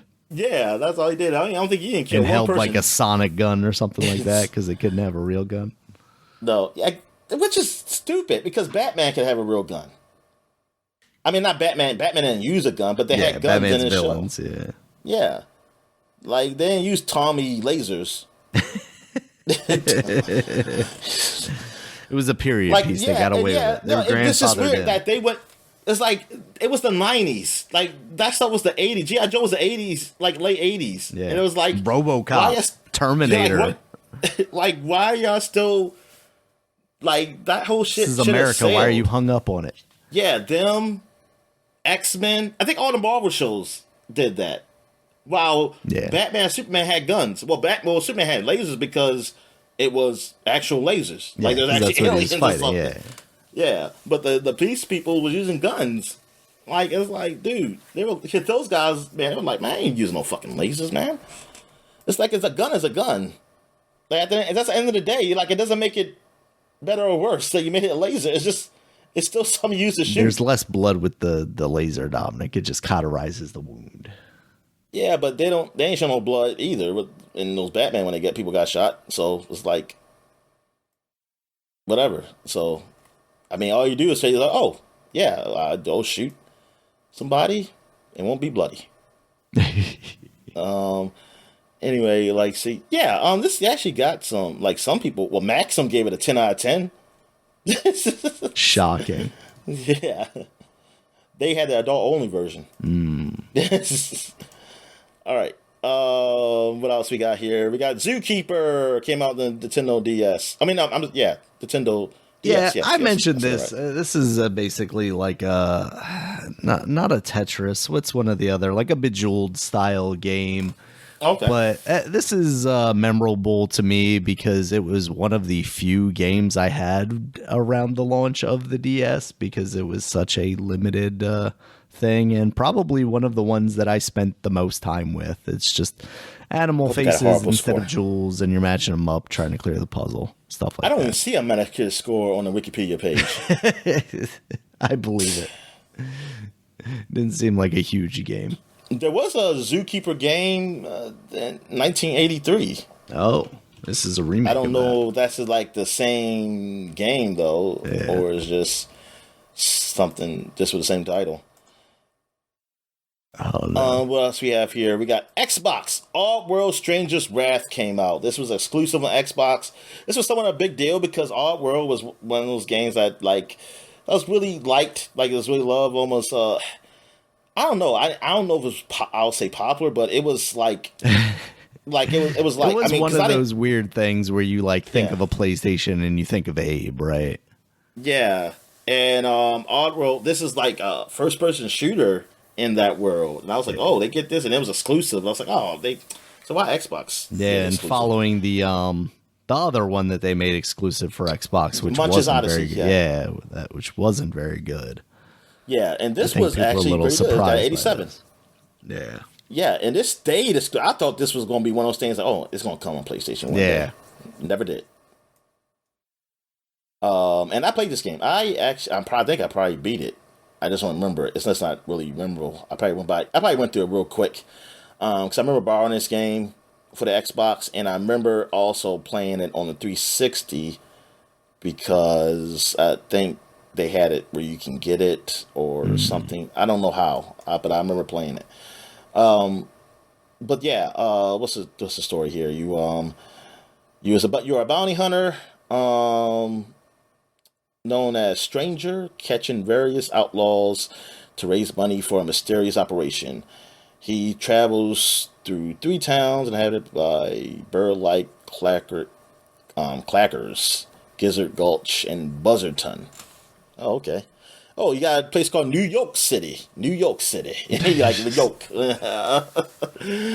York Hey, City. But I just remember like you had this crossbow that shot some fairy things at the enemies. I thought that was pretty cool. Like these animals. I thought that was pretty funny. Yeah, you guys got stun grenades. They probably I think all the things you used were alive. Yeah. All your animals alive. Like dud slugs as Yep. cannonballs, boom bats as rockets, and sting bees and small shots. Yeah. So it was pretty good, and it also looked pretty good too. Yeah, I thought it was all right. Yeah. I think it eventually came out. Like people on PS3 got to play it because it came out there Yeah. on their system later on. But yeah, that's one of the few Xbox exclusives that were like really, really great. Well, that's a third party exclusive technically. Anyway, what else we got here? We got some news that came out. We got Titus Interactive, the legal liquidation of the company and all its affiliates. Sofra Games, GIE, Titus Interactive, and Avalon France is pronounced. Oh, what did they make? And they're the ones that have a logo that looks like Bubsy, and I'm not totally sure that they even have anything to do with Bubsy. Oh, Yeah, when I check their wiki, it doesn't come up with Bubsy. Yeah. They released Incredible Crisis. I don't know if you Did they remember do a that Superman PlayStation game?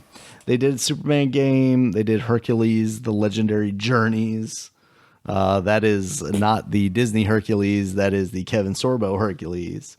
Carmageddon Oh, man. 64, Blues Brothers 2000. I guess. Yeah, they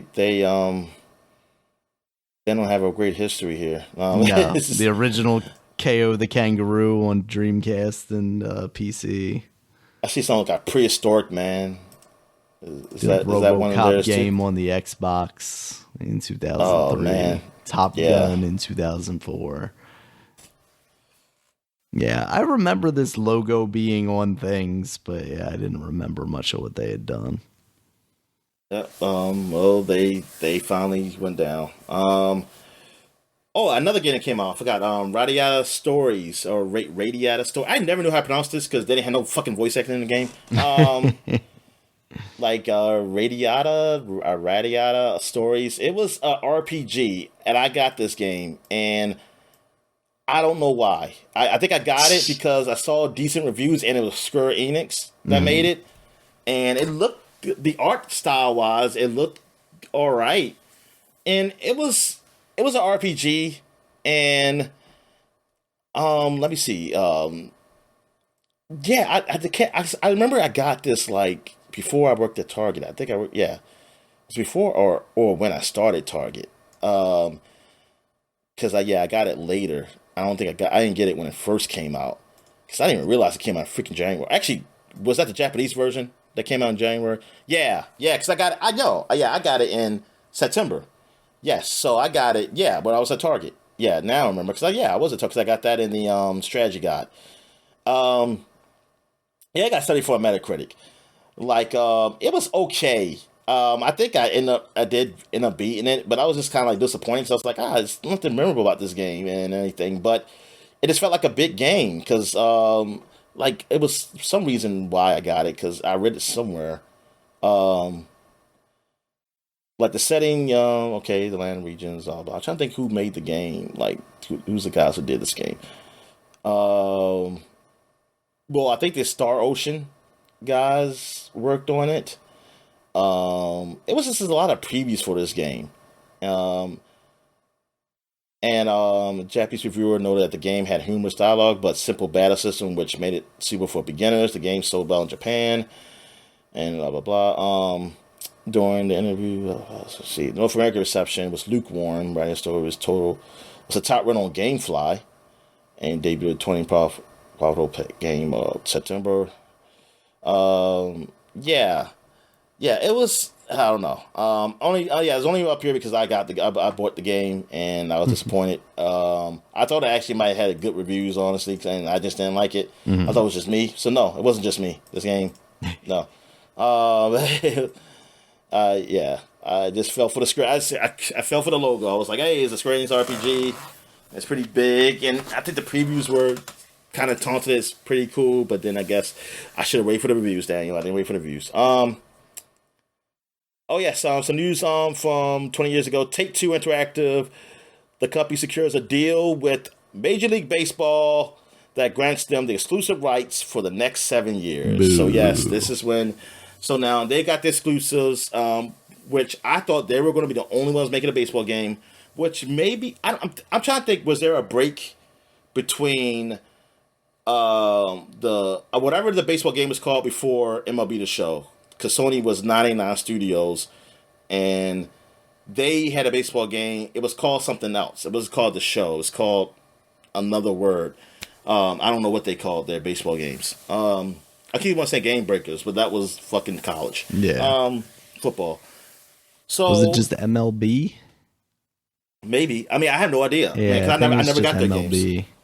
MLB. So they because Sony got it, they got to still do it. They said because they're only on one console, so it was I don't know some contract thing. They said, look, Take-Two has the third party, while the Sony one has. I mean, they can still do it because they're not third party. They can't sell it on any other system, basically. So they just sell on theirs. They actually which is- released MLB 2006 in 2005, and then there was an MLB 2006, the show. Oh, okay. Oh no, that actually because 2006 came out in 2005. Yeah. Yeah, Yeah, well, that's MLB, what you were saying, right? MLB Because that's 2006 how- came out in 2005, and then MLB the show 2006 came out in 06. Yeah, that's how they because they were doing like Madden, Yeah. triple play and stuff when they used to come out, they'll say the year after, and Right. I was confused because I was like, it's like it was, I forgot what year it was. I was like, it says 2003, it's 2002. But it was like, oh, I guess they don't want to, because they don't want to They don't confuse want to people. look Think like, behind. Yeah, because it's like, oh, even we're at the behind. Game Awards this year, it's like college gamed or whatever the football game is, NCAA 2006 or whatever, and then you got like WWE 2K24, and it was kind of weird. Yeah. It's like, why is this game behind everything else? So what we got here? So that's why they did it. But yeah, so they had the exclusive for it to appear on PC. I guess Nintendo, but they don't think they ever really. Actually, I don't know. Did they do a Wii game? I'm not sure they did a Wii baseball game for Nintendo. If they did, I don't remember. Maybe they did. I would be surprised they didn't have some bullshit fucking baseball game on that system. But anyway, yeah, and the Xbox, and yeah, I used to hate that because I wanted the Xbox for 360. When I got 360 days, man, I was like, darn, man, I can't get the show. Like all I could do was get the show on PlayStation 2, because and that's what I did, because the show was still better than the 360 freaking 2K. Yeah, the 2K games were not good compared to the show. Yeah. I can't remember, like, man, it's been so long. Especially when the show finally did like their version, like their road to the show. When they did the early, like when they first started, oh my god, I love that. And 2K had nothing really like that at the time. So yeah, that sucked. Yeah, that really sucked for the 360 guys. That at the time, until I got a PlayStation 3, so I could start getting those games. That you really had no baseball game. Yeah. Yeah, nothing, and then you really had nothing for a while because 2K stopped at some point. Yep. All you had was some crappy one that MLB published, one like something. I think even though one of my players, I think Adam Jones was on the front of one of them. I was like, oh, but it sucked. All right, Sunk too low. What else you got? Oh yeah, Take-Two. Yeah, this is when they were doing deals, man. The company acquired Visual Concepts, which did the basketball games, so that's when it turned to 2K games. So Visual Concepts Entertainment and its wholly owned studio Kush Games. The company also acquires all intellectual properties related to the ESPN video games product line and the company logo thumbnail. So yeah, they got the hockey game. What else? I mean, of course, the baseball I already talked about. What else did they? I think that's the only sports games they had, because they had football no more. Take-Two, the company launches the new label. That's when they launched a new label, 2K games, for internally and externally developed console, PC, and handheld products, including sports titles. So so 2K games, and then that it wasn't just sports. It was like a lot of other stuff was under there. Now, and because like 2K, I always thought like 2K because of Dreamcast, like because that's what it was. It was called 2K, and I thought that was pretty smart how they kept that. Yeah, because that branding was good. Also, they acquired the rights to Sid Meier's Civilization series and established a publishing agreement with Firaxis. So yeah, Take-Two, they're making some moves there. Yeah. Then Electronic Arts announces their 15-year partnership with ESPN. 15 fucking years they had that brand. Darn. And now I think they technically, I mean, I don't know if they might still do, or I don't know if either one does, because they don't use ESPN, they use TNT 2K. At least last time I played it, it was the TNT guys. I don't know what Madden uses, or if they use anybody. I'm not sure. All right. So that's it. So now, actually, we got 1995. We got a couple things from 1995, apparently. We got 30 years ago, Battle Arena Toshinden was released. Toshinden. What is this? Did you ever? It was a fighting game. It was like a 3D arena fighter. Most of the people had weapons. So I guess you didn't really play this at all, huh? No. I would go over to my buddy's house who had a PlayStation because I did not at the time and play this a lot. Basically, a lot like a Soul Calibur style game. And I just remember this being one of my early memories of like the PlayStation brand is this game. This and what's the one you fight in the woods and you chop down the trees and you can kill people in one hit? Is that Tenchu or something? No. Why am I blanking on this game? Bushido Blade? Yes, Bushido Blade. Yeah. That's what I was thinking with this game. Yeah. Yeah, that and Bushido Blade are like my early memories of playing PlayStation games at my friend's house. So. Okay. And last one we got here, Sony Interactive Entertainment, Sony Computer Entertainment Europe is established. Yeah, they finally took over Europe, Dominic. Oh, okay. So darn, they finally did it. Oh, yeah. Well, it's 95. Well, it just Sony. The PlayStation just started. This is when they were establishing themselves. Yeah. Worldwide. So it wasn't that long after. All right. So that is it for the flashback segment. So we're gonna take a quick break. When we get back, get to the gaming news. All right. And we're back. So let's get into the gaming news. So what we got, Dan? All right, Dominic. First up, this is kind of news out of nowhere. Earthblade, the follow-up from the Celeste developers, has been canceled. Apparently, there's been some internal drama inside that studio as far as like ownership rights of Celeste.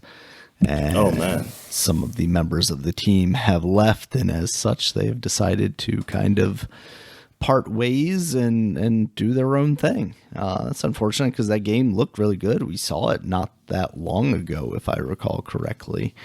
And I was pretty excited about what that was going to be, but I forgot how that game looked. No luck. Basically like an evolved version of Celeste. Still pixel art, but much more detailed. All right. Next up, Dominic, Sony has canceled 2 live service games, one being worked on by Sony Bend and one by Bluepoint. That was the team that made the Dark Souls remake. Apparently, Bluepoint was working on a God of War live service game. Who asked for that, Dominic? Who wanted that? I just want to know, like, what these games were, man. Like, I just want to see a situation where these games actually gets released. Yeah. I want to see like an alternate universe where these games go through and then go out on the market, and how would it turn out?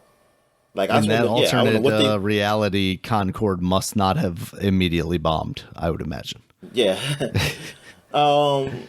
Yeah, exactly. I mean, I guess that'll be the reason why. But yeah, because to tell me like this is what they were working on, and then there's 2 of them, like. And the reality of it is like neither of those studios seem like multi-game studios necessarily. Yeah. So I pose the question here, but like, we're not going to see a single other game from either of these studios during this generation, are we? With the way the cycles are going, like, there's no way. You know what? As like, if you want to talk about sales and stuff, that you can go ahead, but that has nothing.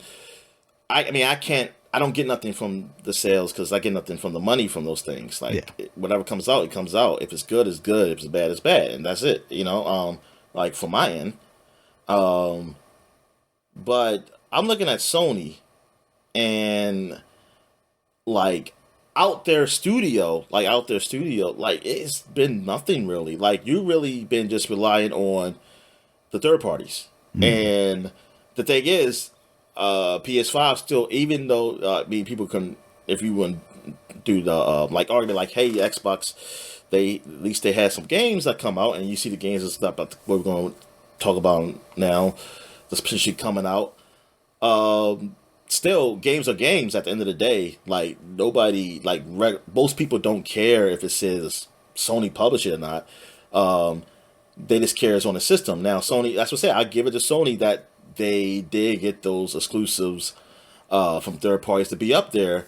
But now I'm thinking, like, maybe they only did that because they did not have anything they knew was going to be out. Like, was it so much of them trying to keep it away from Xbox, or was it them? We don't have games. Right. Because like, if Final Fantasy wasn't exclusive, if I mean all the Final Fantasy, because both, yeah, because both of them were exclusive. Final Fantasy 16 and the Rebirth. If Final Fantasy, if they weren't exclusive, if what other game they had? I don't even want to count. I don't even want to count like the that Blade game, because I don't know. I don't think that's a big deal. I'm trying to think of another exclusive, like a third party exclusive that they had. I mean, there's technically like Black Myth Wukong Yeah, oh yeah, they got Black Myth Wukong that came out. until that eventually. But I don't know if that was a comes to symbol. Xbox. Man, yeah, but I don't know if that was. I mean, like, yeah, that was like more A of a deal to surprise. keep it exclusive, Yeah. or whether it was just a hardship to get it on the Xbox, so they didn't. Yeah, but like, I mean, those are like, that's a big deal. Darn, I can't even think of. I'm trying to think. I mean, darn, I'm thinking there's more. I mean, those are big deals, but I thought there was like more Yeah. exclusive, like Japanese. It turns out there games. just haven't been really that many games. Oh yeah, so yeah, well then this is disappointing. That's a little disappointing, and it sucks. And thing is, as a person who likes games, I don't like that they're so far ahead, because I'm like, you're so far ahead with doing minimal work. Like you didn't put a lot of games out. That's what I'm saying. Like, it was a ton of games on this system. Was it something like what was the like what was a good deal like for you to be this far ahead? Because like, you know, PS4, I see it. Like with this, I don't like, not that Xbox should be leading, but like, you're selling this much more. You can say, yeah, they won the console war, not counting the Switch. They won an Xbox, yeah, but it's like, what's the show for it? It's not like you can put something up there that says like, yeah, because they got this and this and this and this. It's like, it's really like, oh, because Xbox, they didn't do shit. I mean, Xbox didn't do much to really like to really threaten them, and they didn't feel the need. Or they were making these freaking games and they realized people don't want them. They were making these these multiplayer games. That's exactly. It's like, yeah, I dude. mean, it's so technically- I'm crazy sorry, that Daniel, they did they have- thought at some yeah. point that everybody Yeah. did want these games. And is that just like seeing the success of one of those games, Fortnite, and going, okay, we've got to make all of our games exactly like that? Like, Yeah, I feel like you should have been like, why did it take this long to get to that? Like, this is probably the worst time to start like the video game something industry new. is a reactionary, and they didn't Yeah, see but- until that game was released, and then from there, to make one of their style games, it's another 4+ years. Yeah, but it's been games before Fortnite. That's what I'm saying. It's like, why did it take so long for you to go multiplayer? Like, you didn't have a studio multiplayer. I mean, you got Destiny, but I was like, I feel like you should have had something. I mean, that's Like, the crazy in the thing, PS3 right? days. Is like almost in a way, the only real reason why they bought Bungie is because they wanted them as like a support studio, or a someone to hold up as a holy grail for what the rest of the company should do as a live service studio going forward, basically. Yeah, And and in so know they what? ended up killing a lot of what Bungie was, it feels like. Yeah, I mean, they killed a lot of studios they had on PS3. Like, they had some studios that actually did multiplayer. I mean, they didn't turn out. They had the, like, Mag, didn't turn Yeah. out great. But they had SOCOM. I mean, technically, Naughty Dog had those, you know, Uncharted multiplayer, which turned out to be pretty good or something. I mean, I don't know. I mean, it just wasn't like a lot of like they advertising of just that, you know, just the because they were doing a Last of Us multiplayer, where the Last of Us multiplayer, yeah, it was all right, but it's like you don't really advertise that. And Like it's just something that's in the game. It's like, oh, that's cool. It's there. But people they went for it for the single player, and like maybe it was something more behind that maybe people would be more attracted to it. I don't know. It's just that it's almost like they missed the boat in attracting people to the multiplayer. That's just something the third party games would just do. Yeah. Like it just had to be third party with that, not them. Like I just like feel like they missed the train on that. And it's just weird that, and then a lot of games that came out were re-releases. Like that's the real weird thing. Like you're a first party studio, and a lot of your games are re-released games from the PS4, and not even PS3, PS4. Like you didn't even go like, oh, I'm gonna release a PS3 game and look a lot better. It's damn sad, and it's like, damn, this is the leading console. I say, man, this will look good for the future. It's like yeah. I'm saying, like, yeah, it's like this is not cool. That this is the leading console, and yeah. We've said it before. This is what winning looks like. Ugh. Like this ain't something to brag about or anything. Like, yeah, I understand these people with these console war stuff. Like, everybody should just be angry. Or like, yeah, y'all could do better. See, these dudes could do better, man. It's like, what the fuck y'all doing? So yeah, that I mean, it sucks that they stop these games. I mean, but then again, like, I mean, I don't know what these games would have been. Maybe they would have been something that people would like. I have no idea. I mean, that's the whole thing. Yeah. But it's like, but yeah, like you wasted so much time on that. Then it's like, darn, I wish she was doing something else.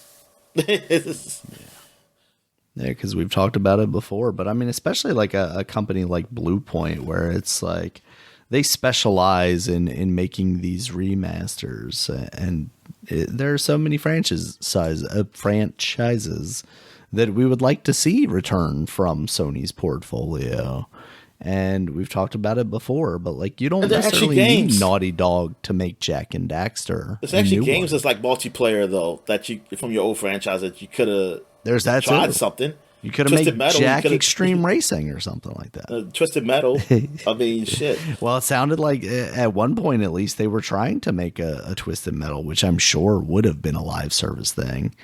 I wonder if that is still in the works. I don't feel like I've heard any rumors about it as of late, but I wouldn't necessarily be surprised to see some sort of announcement around the same time as a season 2 of the television show drops, because like not only is that a long like dormant series at this point, but now you do have a at least mildly successful show that people are positive on, that maybe you want to capitalize on that brand and make that return. So I wonder if and where that is in development at.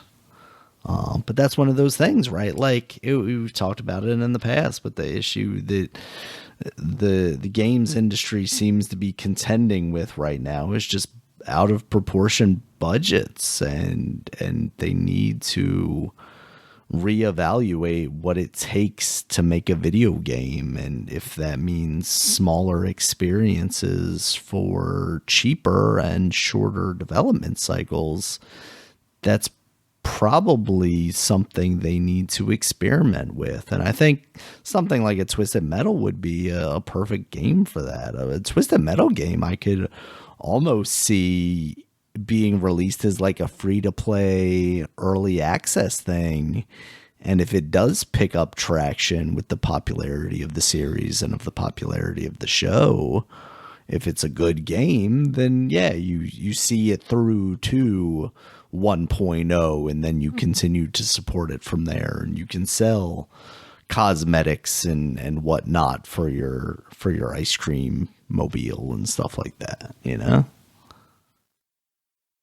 Yeah, that's disappointing. So yeah, I wonder. Yeah, I'm curious about this year. Like, we know maybe a couple games. I know maybe one game that will come out for Sony. The sequel. What's it called? The Indiana Jones. No. The Japanese Josei Yotei. Yeah. That's I can't think of another one. That's what I'm saying. Did they Like I want. put a date on that that Naughty Dog game, or like a year rather? Shouldn't say date. Did it say 2025? Maybe it did say 2025. I don't know if it said 2025, but at least a year. Heretic Prophet. Like I can see it in my head, but I'm not sure. I'm not sure. It's just Yeah. It's just. Let's say Wiki. It's gotta be, man, because I ain't doing nothing else. All I did was working on a fucking remake. Naughty Dog announced alongside. Yeah, it doesn't look like there was a date on it at all. Man, it should be this year. It's like this. Like, what the fuck were y'all doing then? Well, Damn. so that's the thing, right? Is like people were talking about like the at one point there was a Venom game in development. We know that from the Insomniac leaks.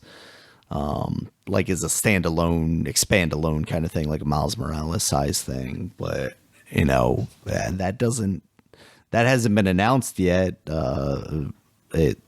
Last we've heard of Wolverine, like there was some concern around whether that would make it out this year or not. Yeah, we haven't even heard it yet. Yeah. So that would definitely be a pin in their cap if that game did come out this year. I mean, that's obviously something, and like you said, Ghost of Yotei would be coming out this year. And then too bad it's a woman though, Daniel. Third, so I don't know, man. Yeah, I mean, ruined, obviously. Yeah, so it's crazy time, Dominic. And yeah, and then this other news that we got this week is Ted Price, the president of Insomniac, is retiring. What? Yeah, I remember Ted Price. I remember Ted Price seeing him. Yep. Like when Ratchet was like first made. Like that's why the first time I seen his face. Like because I didn't see nobody's face when Spyro and Naughty Dog was thing. But yeah, and I was like, oh, that's Ted Price. Yeah, and just like the Naughty, because Naughty Dog guy he's already been gone. But yeah, so Ted Price, yeah, darn, because he's still been there. Yeah, so, yeah, man, him retiring, man. It's kind of crazy, but to think about that is like losing like this generation of leadership, right? Is like the guys that we, Cliffy B's already mostly out of the industry. Guys like that of that age that are, a little older than us, but, have been shepherding these companies for a while now. Yeah. Seeing them move out of the industry. Also, like, Ted Price seems like a guy we haven't really heard anything bad about. It's nice when you can kind of root for a guy.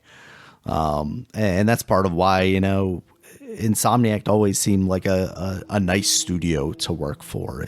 You never really heard about the pressures like Jaffe, and stuff. I just see him doing podcasts and stuff, but I think he's mostly out of the games industry. It seems like, even with talks of a new Twisted Metal, it didn't seem like he was ever necessarily going to be involved with that. Nah. Yeah, it seems kind of crazy. I'm just saying, man. Like, even though I think God of War, the latest God of War series, not God of War 1, but God of War PS4, even though that is like, it's a good game, it's a great game. Like I really enjoyed it. Mm-hmm. But like if I was doing like a second God of War between all of them, it will still be the first one. At least be my second favorite one. Because that, I mean, just a straight up action game. And it was the story was good. It was good. It was a good story, but the action was actually really great. While God of War, the new one, I mean, it's a nice. I mean, I like the action too. As far as those cinematic games, I actually do like the action in that. Really, I mean, I really like the action in that one. But it's just like the whole like you feeling like a god. I mean, like you like feeling strong as shit, and something like that. It was something about that first game on PS2, that makes you feel that way. Lost now. I mean you don't have those games like that. Yeah, that's part of the plot now. Is almost where they've humanized Kratos in these. Yeah, and that's fine. Games. That is totally because I don't want them to do because that's the whole thing was that. By 3, it was like, okay, it's the same thing. Right. So, and then he was just angry. Like, he was just super angry. Like, you understood it. Now you're just like, God, man, you just fucking this you was gonna burn the world. Like destroy the world. But anyway, and I get that, but I'm just saying, like, you don't have those type of action games Right. like that. Yeah, Just because make you feel everything so has good. been so like everything has become that game. Like we talked about when we were talking about Resident Evil 4 is like all of Sony's like top tier titles have effectively become that game, the over the shoulder kind of Yeah. this is dramatic, Or action Dark Soulsy. character game. Somebody Yeah. does a Dark Soulsy game. Yeah, so they don't have that. There needs to be more experimentation. There needs to be more diversity in the games. There needs to be Yeah, and okay. the studios that do that, like, you gotta get these indie guys that try some things and Yeah, get something out there. Say, oh yeah, it's cool, but they don't get to everybody. And I mean, they don't need to sell a whole lot because it all depends on how much they spend, right. making it. But thing is, sometimes I might not see a sequel or something too because it's like there's only one dude, and then I don't know what some of these guys do after they make those games. If I don't see a sequel. But it's like, darn, the studios that really can really do it is the ones, the big ones. And like, y'all can take a chat and get like a couple people to do something there. And because y'all can afford to lose money. Yeah. But y'all don't. EA will tell you otherwise after Dead Space Yeah. and Mirror's Edge. I just think it's just like, yeah, I mean, that's just, I don't know. It gotta be some money mismanaged. I was like, dude, you should, like, I don't know what you were spending on that. Like, maybe you were spending too much on that, but I was like, dude, all the money you get from those sports games, man, you should have set like a chess or something, man. Well, I think I was just reading something where somebody mentioned that like the EA Sports games are spun out from EA or something like that now. So technically, those profits that EA Sports might be making are not reflected as, an EA thing necessarily. And obviously, like, it's still one company. It's not like EA Sports is being traded on the stock market. But, if I'm head EA guy and I'm looking at, divisions and I'm going, well, our sports games are making all of this. Yeah. And our Okay, regular yeah. video games Yeah. aren't making anything. They're losing us money. Well, I'm not necessarily going to take money from the sports game division and try and bolster up the video game division because the shareholders are going to be like, where's all our profits going? And that's the thing is like, it feels like we do need these companies to do the experimentation, right? Like we want that, but we also need them to realize that when you experiment with something, it doesn't need to come out as a $10 million thing. I don't need you to experiment. I don't need you to put all your cards on the table. I just need you to flip over one ace. That's all I need is for you to come out with a solid game that has an interesting concept that maybe then I will want to give you more money to make that sequel for, And instead right now we got a video games industry where I didn't put it on here. If we had less news, I think I maybe would have, but there's like analysts out there now going like, we hope that Grand Theft Auto 6 will launch at $100 so that these other game companies Oh my God, can then I raise am their tired. prices to $80 to save the industry. Like, And it's where does like, this come from? That's Who started this? Like, how does it start? People- analysts, people that are focused on the money aspect of these games and not the creative endeavors. And it's like, yeah, like let's, well, I think honestly it did in their defense, because they're probably not even that smart. In their defense, I think it started with like the head of Rockstar or 2K, I think, saying that like, movies are this much for this many hours of content, and if you they're still using that same old argument. yeah, Okay. if you factor in how much content is in a Grand Theft Auto game, then technically it should be $10,000 or whatever. Okay, then go ahead and charge it then. Yep, and see what happens. And that's the realities, right? Like Grand Theft Auto, you could release at $100 and people would still buy it. But Yes. then when Ubisoft tries to sell an Assassin's Creed game for $80, that's not going to work out for them. No. That is not going to help them sell that game. We already know that game's going to be $10 on the next Steam sale. We will wait it out. Maybe it's the Steam sale after the next Steam sale. If it's $80, it's got to hit like $40 first and then go. That's not going to happen. Nobody's going to buy that game at that price. You need to figure out what you're doing internally to lower costs to bring your games down. Now, it's a dangerous game I'm playing by saying that, right? Because we know how they would like to cut costs, by cutting employees, by cutting staff. And they can do that, or they think they can do that, by implementing AI. And I think that is the sad reality that we're going to face before any of these companies are willing to make the concessions that they need to look inwards to make the realignment happen before a crash. If we do, go in that direction, it's hard to say that the video game industry is going to crash. I don't know what it looked like in the 80s before, in that transition. So like, maybe it looks exactly the same. Maybe it doesn't look anything like that. Video games are a very popular medium right now. You have your Fortnites, you have your Roblox. But those are such outliers, and we are starting to see even the biggest of publishers, your Ubisofts. I mean, we already lost Activision Blizzard. We lost like a Bethesda. They were huge, man. I never thought that. Yeah. I thought Ubisoft be gone before Activision. It's very easy to see a world where, and this was one of my predictions, something is going to happen with Ubisoft this year, whether it ends up being like technically a partnership where they start working with like a Tencent or something like that, or they just get sucked up into another one of these conglomerations. We're gonna lose more before we gain.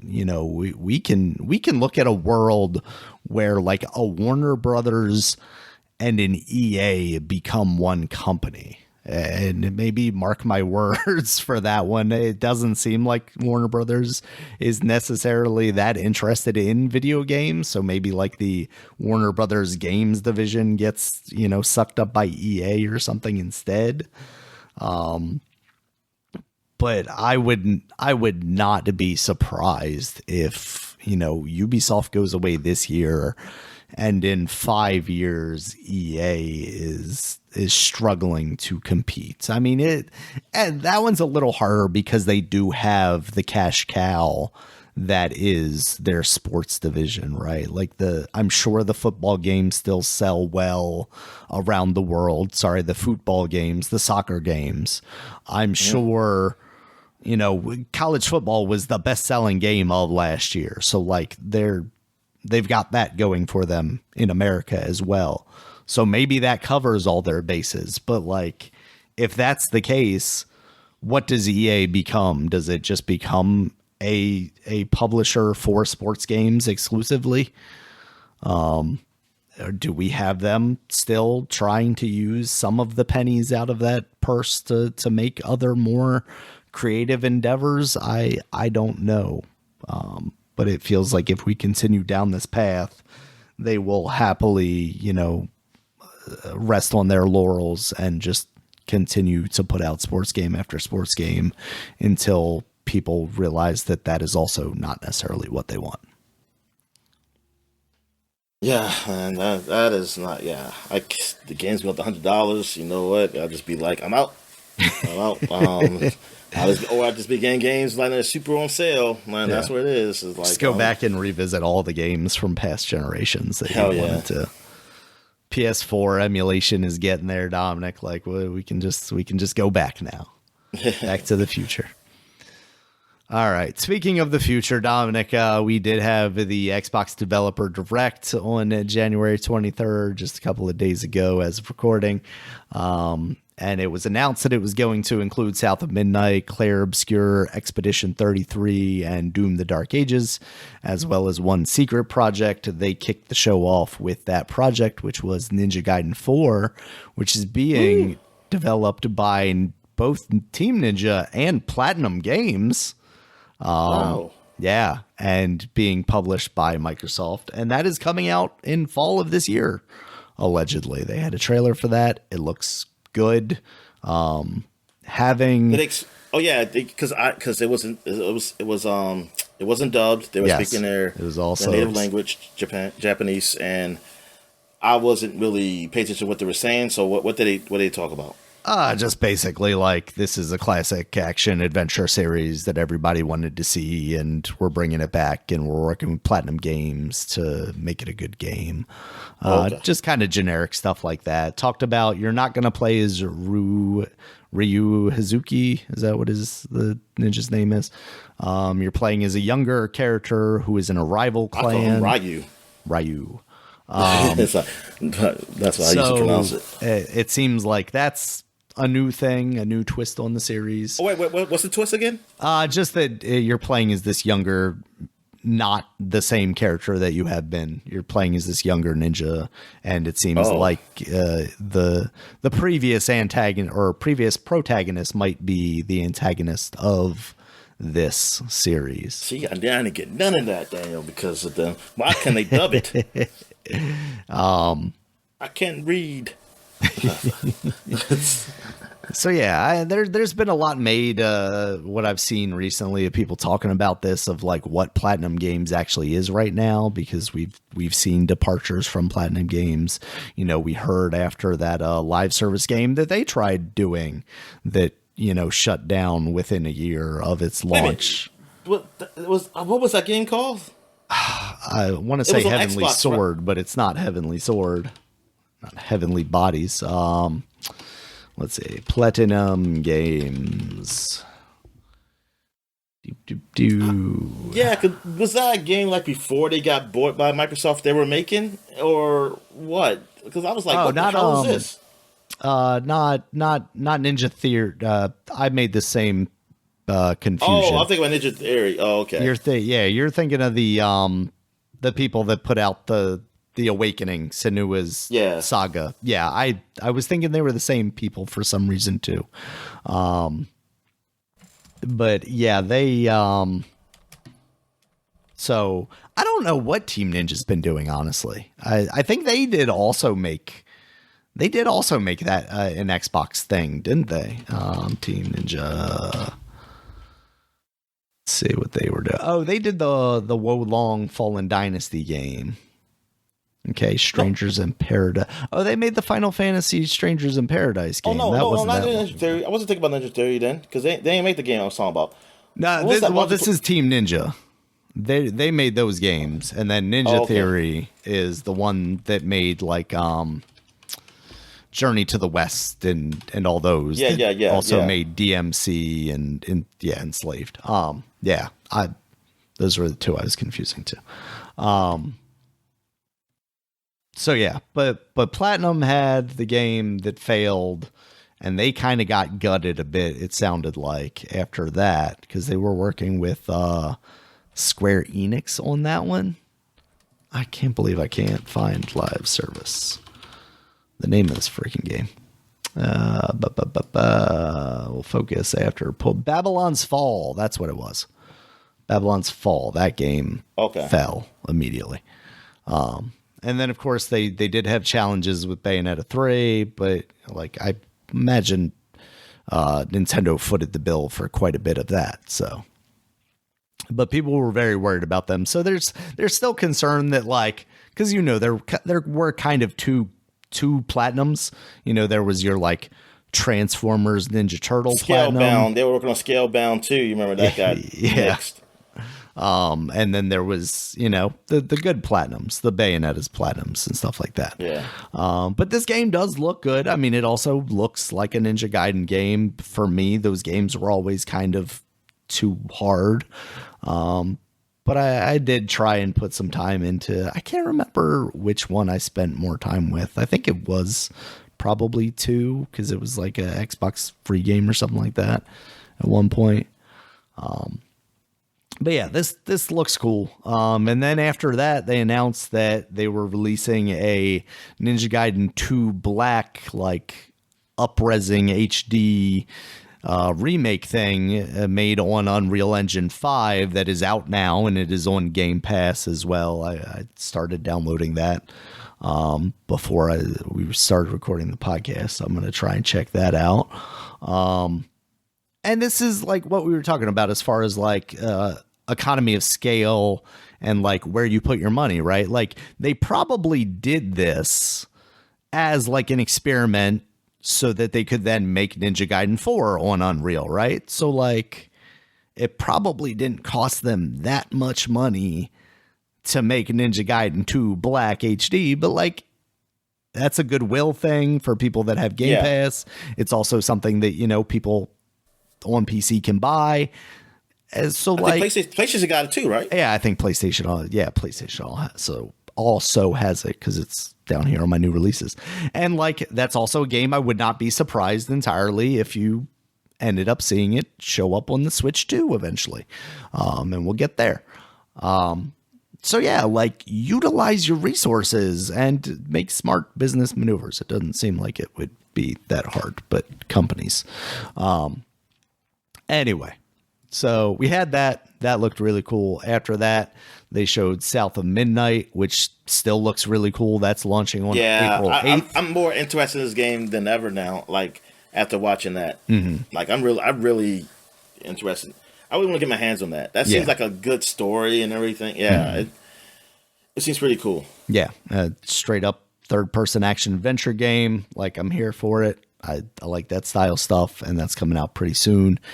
Yeah, the art style too. Yeah, I like the art style. I'm not in love with the animation of her being, you know, like the Spider-Man movie where it's like the frame, slower. the frame rate of the movement. And I don't hate it or anything. I think it's a cool aesthetic, but I don't know if I want to play it like that. So get it I'm on wondering. PC, and there should be a mod for it. I feel like something like that you have to just make an option in the game as well, because I could see that making people sick, honestly, with the way it disconnects from the world around it. So I can see people, Daniel. I mean, you're not going to make it through this accessibility, Dominic. They need to get the. You're not going to make it through this 4 years, and you're going to be this week, Daniel. Yeah. I'm probably not going to make it through these 4 years. All right. Next was Clair Obscur Expedition 33. We'd previously seen this game. Yeah, I got to remember. What is Clair Obscur? Is this the author?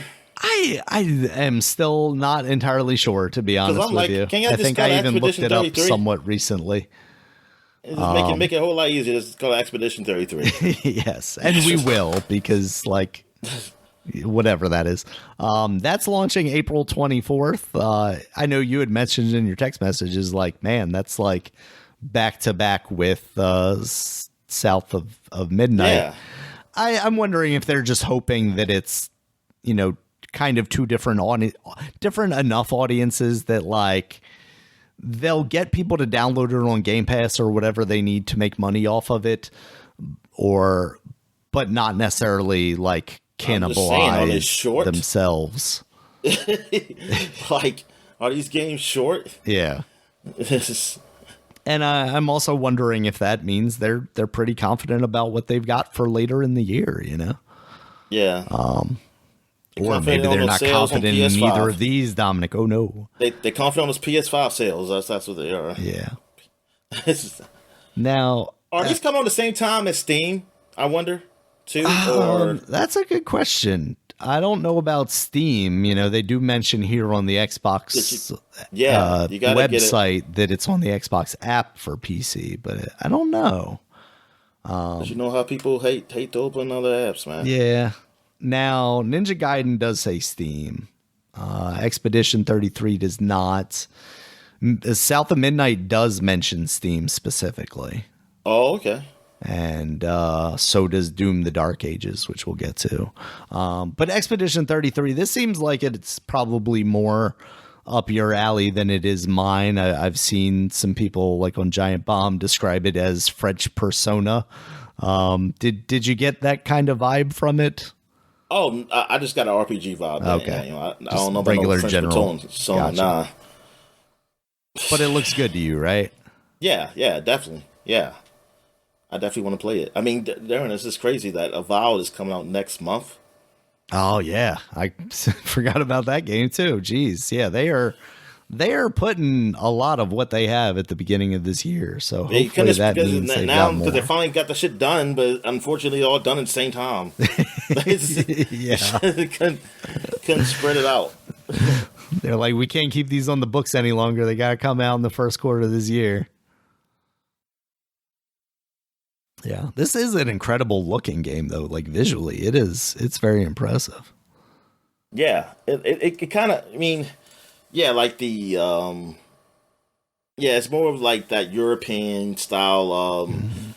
It's a game that came out recently. The guys who did Technomancer, it came out after that. Yeah, the Cthulhu, and I mean, it got that look, but it just but it's an RPG thing. Because I don't think it's is it Macabre? I don't think it's Macabre. I gotta look at it again. I didn't notice that. But nah, I didn't necessarily see that. It definitely has, like, you can look at the game and go, yeah, this was developed in Europe somewhere. Yeah. It's so funny that it's so easy to see the difference between like European and American developed games a lot of times. Damn, what games are developed here? Naughty Dog games. Bethesda games too. Yeah. Yeah. Insomniac's here though. Yeah, Insomniac games. Ironically enough, a lot of Sony's games are now developed over here and not in Japan. Oh, Doom! Well, I'm thinking more of like, well, not first person shooters. Yeah. Because where's the Coalition at? Coalition's here. Coalition, I want to say, is in Canada, but might actually be like northern New York or something like Epic, that. Where was Epic at? Epic was here, wasn't it? Epic is down in North Carolina. Yeah. So they're down there with Coalition. Cliffy B. So Cliffy B. He stood around that area. Yeah, he's still down there. No. I know he's still down. I'm saying he stayed in that area. Like, yeah. Insomniac's down there. Epic's down there. Coalition. It's a lot of land down there. The Coalition. Let's see if they just say somewhere on their website down at the bottom. No, they don't. Careers. I guess I should say location. They are in Vancouver because they are formerly Black Tusk Studios, which I think wasn't that the one that did the big monster game? Black Tusk. Yes. No. No, that wasn't them. That wasn't them. No. Black Tusk was just a name they used. Okay. I don't think they make any game. Yeah, Black Tusk was just, because it was with 2K, right, that made that monster. Yeah. You know which one I'm talking about, the Left 4 Dead style. Yeah, like this game. Evolve. Yeah, I'm looking at Expedition. Yeah, Evolve. I know you're talking. Yeah. The Expedition 33. Yeah, it kind of looks like a better version of whatever the hell that game was called by Amazon that made the first one they made. Like that looks like it's up close, and it's like an up close version of that. It's going to be better. Greedfall. That's the game I think you were thinking of. Yeah. The Greedfall, spiders people. Yeah. Yeah, but that looks pretty cool. And then they finished off the show with Doom: The Dark Ages, which is going to be launching May 15th. Or Order 1866. Or whatever it's called. Yes. Yep. Jeez, it's a long gone. It's like, but nah, this is like more of an action RPG. That was like a that was just a Sony specialty. Yep. Yeah, so Doom: The Dark Ages, despite the fact that it feels kind of hokey as like, oh, you're the Doom guy, but you're going to go back to medieval times, it looks pretty freaking sweet. You still got guns. That's what I was thinking. I was like, what are you going to do? Use a crossbow? You still got guns. Now you got a cool shield with a chainsaw looking thing around it. That was pretty cool. They're like, well, Gears is going to take the chainsaw away from you, so we got to put a chainsaw on something. Let's put it on this. And you've got a mech, Dominic. Your Doom Guide, you getting a mech. Oh, yeah, I see. Yeah, you fight the giant demon. Oh, and then you also fly on a flying demon dragon ship. Yeah, dragon. Yeah. There's a lot going on in this game. I hope it turns out. It looks like a fun Doom game. Yeah, exactly. And, oh, yeah, we ain't talk about on the Claire Obscure at the end. Well, not at the end, but in the video, looked like you flying turkey or something like that. What the fuck? I don't know what the fuck that shit was. And it's like you can get in the water, then you can fly up and flutter. And I'm like, what the fuck is this? It's like, what the hell are you doing? And all these games are going to come on PlayStation also. Yes, console war is over. So Sony has won. Yeah. And again, what did they win? Yeah. Is this what winning looks like? Yeah. So Doom looks awesome. Oh, like what did we win? But I should say we haven't won. Yeah, we're definitely doing worse than the company is. I'll tell you that much. Yeah. I mean, there's a lot to look forward to from Xbox. Hopefully that means by the time that these games have all come out and are hopefully successful, we then get a presentation around the time that we would get, an E3 style thing. And Xbox has even more to show off this year. That would be a big boon for them. I mean, obviously it's not, it's not going to win them the console generation. It's too late at this point, but it does give us as paying customers to Game Pass something to actually be excited about, which is really all I want. Is something to something exchange for the money that I've been giving. As they still just trickle freaking Activision games, and I think I heard that the next game next month, Crash Bandicoot 4. It's about Tom, which is that's a good title. It's about Tom. Like that should have been out. It was a great title for when that game released, and it's a great title for this finally coming to Game Pass. Like, man, it just need to be more. God darn. It's like, what are you doing? All right, man. So yeah, that show was good overall. I mean, it showed 4 games that I'm really interested in. I mean, Ninja Gaiden, I'm not like a huge fan on, only because, like I said, it was hard. Maybe they heard my cries and they're gonna put an easy mode. I find that Platinum games are usually more accessible than what Team Ninja was doing with those games. So hopefully they don't, just try and shame you by calling you a ninja dog if you want to play the game in a way that's not just completely punishing. Which is funny because, I just think I call me a ninja dog. You're a dog, man. You got the dog in you. Got the dog in you. I'm glad to see that they're moving in the direction of a Platinum game for this instead of a Dark Souls game, because I could very much see a reality where Team Ninja's evolution of the Ninja Gaiden series is into something as punishing as a Dark Souls and then style. It's not Ninja then anymore. Shit. I mean, because it's bad if you're not hot and like Tenchu or something like that. But I mean, I don't want that. But I'm just saying, if you want to be a real ninja, it's you don't make it a freaking Dark Souls game. You better make it cool, fast. Hitting, dodging fast, not no slow. They dodge and then gotta block and stuff. No, man. Quick dodges and stuff like that and fast. Or you make it stealth. It's one or the other. We're ninjas. Yep. All right, Dominic. And then we have what would have been the biggest news from last week. The Switch 2 is officially a thing. Nintendo has finally acknowledged that this is a console. They showed it to us, and that was basically just about it. They showed it to us. They showed us a very little bit of a new Mario Kart, which I only knew was a new Mario Kart because people said, hey, that's a new Mario Kart. And that's the only reason I knew too, Daniel. Because I was like, Mario Kart already looks good, and I was like, are they just showing me Mario Kart, or are they That's what I showing was the backwards thinking. And it kind compatibility? of killed my Mario thing. I should have included Mario Kart in my predictions. Because now I'm like, they ain't gonna release a Mario game with the Mario Kart. I say shit.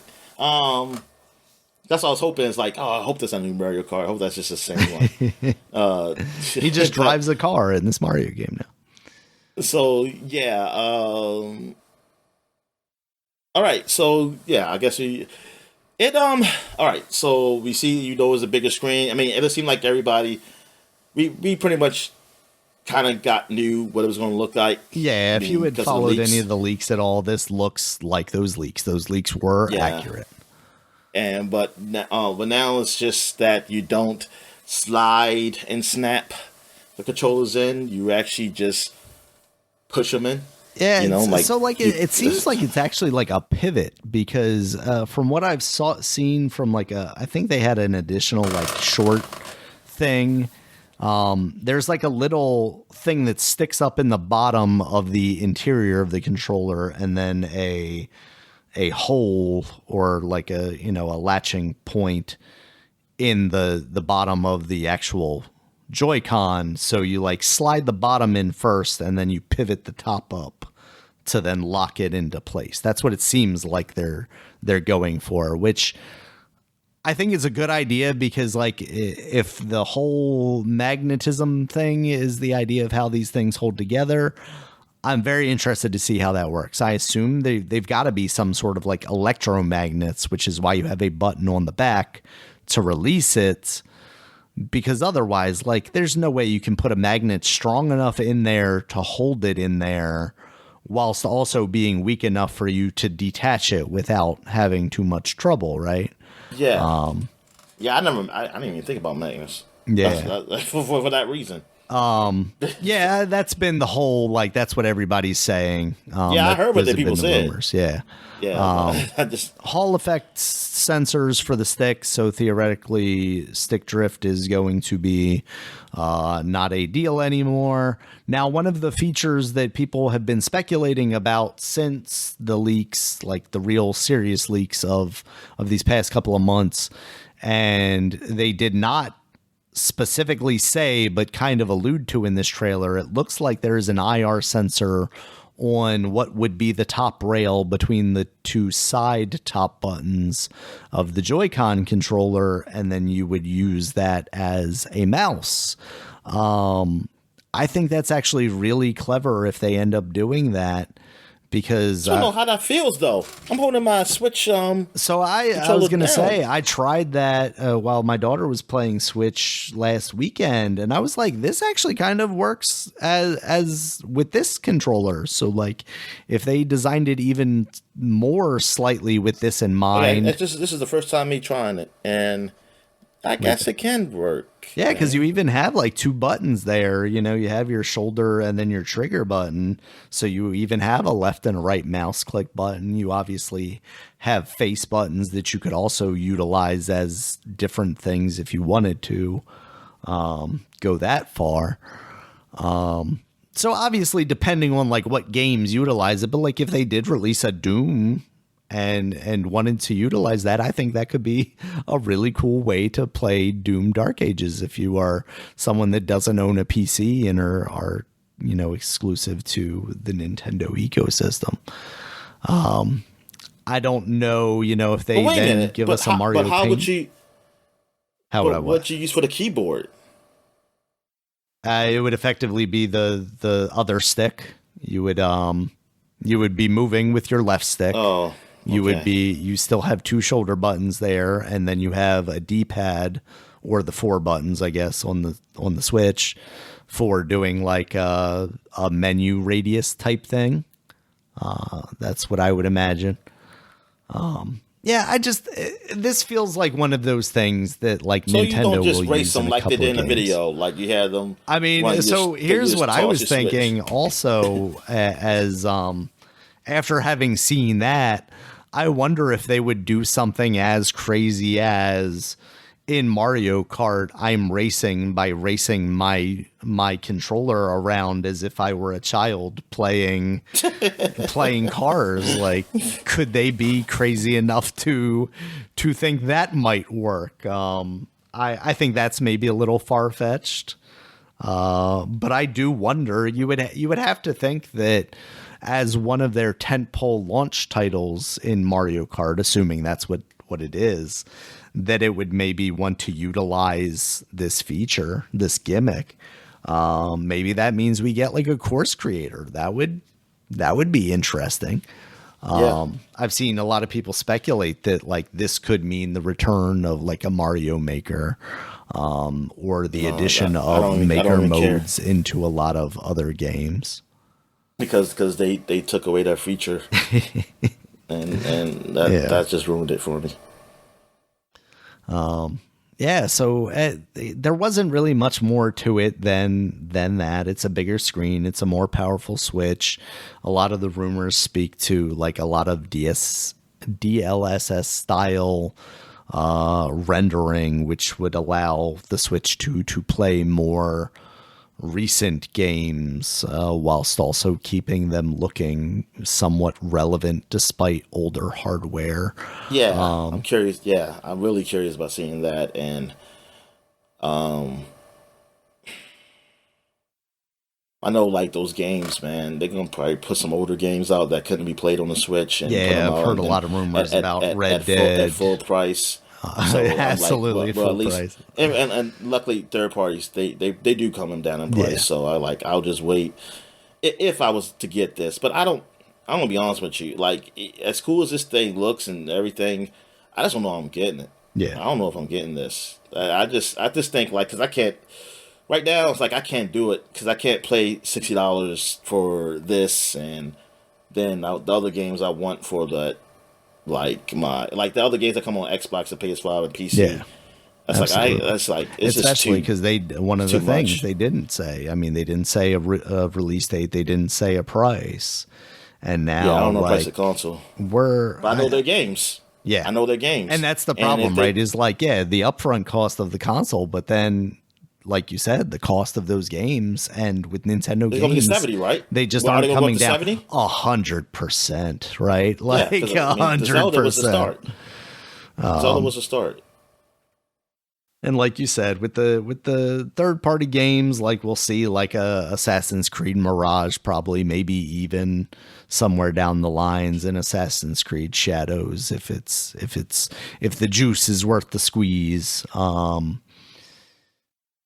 But those games will absolutely go down quickly. Now, if we're talking about like a Red Dead 2, I could see that staying pretty high for a while. Rockstar. I mean, they do go down, but they don't not as fast as the others. No, not at all. And they don't stay there. You know, they don't stay there. Bounce right back Grand Theft, up. because Grand Theft Auto 5 goes back out to damn 60. Yeah.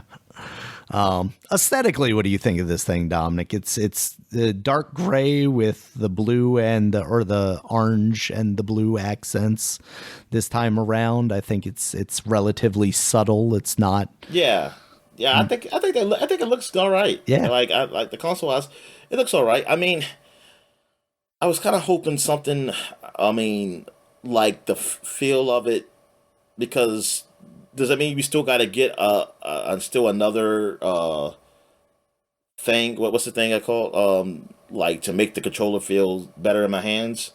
Oh, I'm already fiddling with the idea of getting like one of those Satisfy grips 100% because they've already got them on pre-order. But I'm like, am I stupid to pre-order this when I can't even pre-order the console yet? Yes, I would be.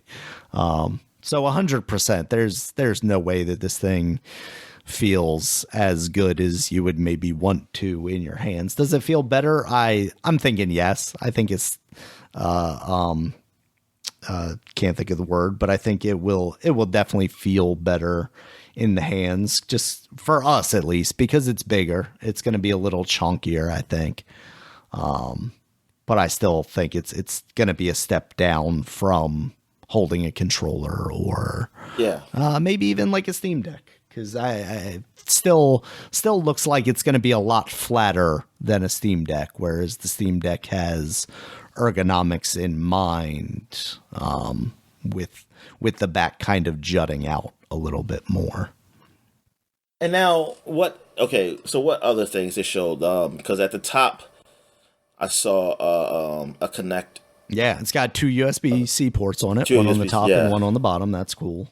Yeah. They did have a headphone thing, right? It did have a headphone jack. Yeah. Yep. It had a headphone jack. It's got That's so crazy that this one didn't stand on it. Which one? No, this did. I want to go have Bluetooth. Yeah. That's what I mean. Yeah, it didn't have Bluetooth originally. They did eventually patch that in. So I would imagine it's got to have Bluetooth from jump. I say that, but it's all but confirmed through the leaks that this is going to be an LCD screen and not an OLED screen, which is just like, oh my god, so Nintendo, because they are absolutely going to shove that thing out with an OLED screen. Like, that's the only thing that makes me apprehensive about this thing, is just knowing that like a year and a half I'm going to be upset that I don't have that version instead of this version. That is. Oh man, that's crazy. Yeah. Damn.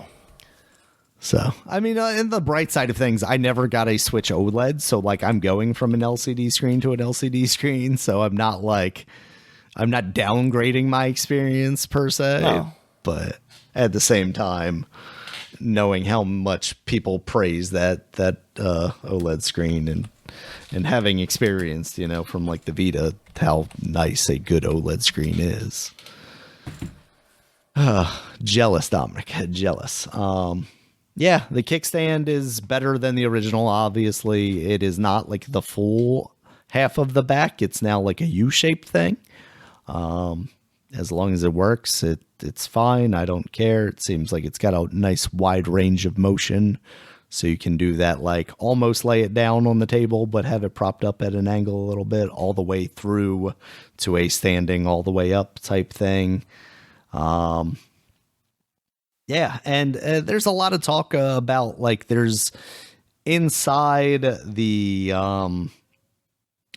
Joy-Con connection point, there's like a little board sticking out where it's making the interface electronically with the Joy-Con controllers, and people are concerned that that's going to break off. I can see why people would say that, but it seems like with as deep as these controllers go into that, I doubt that that's going to be an issue. I am a little surprised that that's the style of interface they went with, because like even with the Joy-Cons, like it's basically a flat thing meeting a flat thing to make that electrical connection. And I don't see why they couldn't make a very similar connection, especially if what they're doing is that like pivot style connection that I talked about. So yeah, I'm sure the people that designed this console thought about that aspect of it, so I'm not too concerned about that. The Joy-Con drift thing feels like them just cheaping out on parts, where this would feel like a major like design mistake if that were to be the case. I'm sure there would be plenty of people that will stupidly like purposefully break them, or do things that most people would normally do and be like, hey, here's my YouTube video that I'm gonna get so many clicks on because my Switch broke. But I think in a real world context, I don't think that's something we hopefully have to worry about too much. But it's real now, Dominic, and on April 2nd, we will see more about that. That is when they are going to do a Nintendo Direct for the Switch 2. So that's hopefully when we will see more games, hopefully pricing, and a release date. They are also doing live Nintendo experiences from all the way through June around the world, including like New York and Los Angeles and stuff like that. Unfortunately, nowhere closer here than New York, seemingly. So I really hope that doesn't necessarily mean that this system doesn't come out in that time frame. But it kind of feels like that means it wouldn't necessarily. Most of the later dates are in other countries. I want to say like the last one that's not even announced is in like Taiwan or something like that. So maybe it could release over here after that New York and LA date and then still, not be out in other countries. And then they experience that later. Cause if it's not out by June, I would say that we're not seeing it until like late August, September time frame. June and July just don't really seem. I say that, but I'm pretty sure like the Game Boy Advance launched in June or something like that. But who knows at this point? We'll see. We'll see what Nintendo has to say. We're already waiting from January, like whatever it was, mid-January to April 2nd to find out, hopefully, the price and the release date.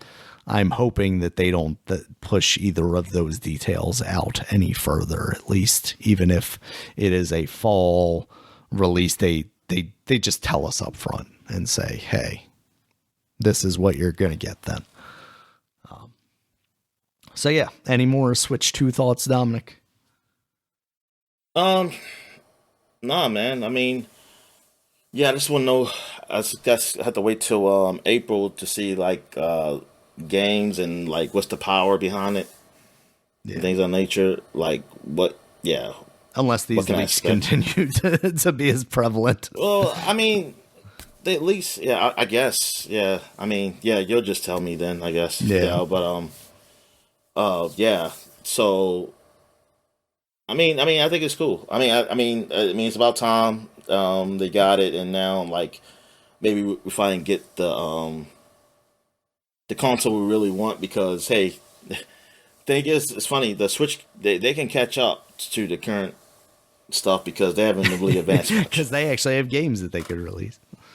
Yeah. And I mean, I'm just saying, like, graphically, shit hasn't advanced that much. I mean, you can talk about ray tracing and all that shit, but nobody fucking cares. Not enough people fucking care about that. But yeah, but obviously because they would just get a Switch because they wouldn't care about a Switch then. But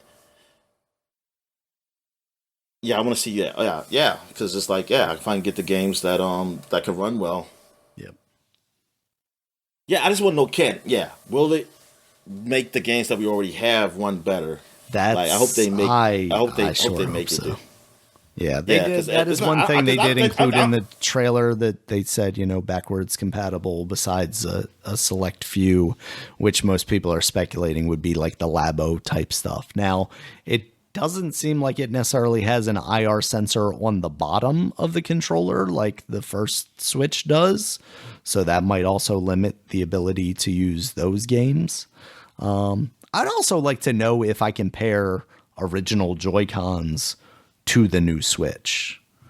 You think it's the same size? Not like put them together, but like just Bluetooth controller in case I want to use those.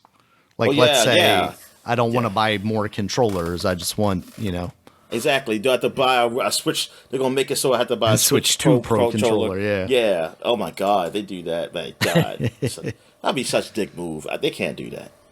I'm sure they're going to make one. Like, they say, hey, this is a little better. Yeah, of course. But they should not make it so, like, oh, this one can't work. So, all right. We live in a post-Switch 2 world now, Dominic. Now, it hasn't released, Daniel, and because we don't know, some things can happen that we can't get it over here. It's very possible. Oh my God, Dominic, it's very possible. But if that happens, it's because we'll don't count have your owned roost before the chicken, Daniel. Yeah.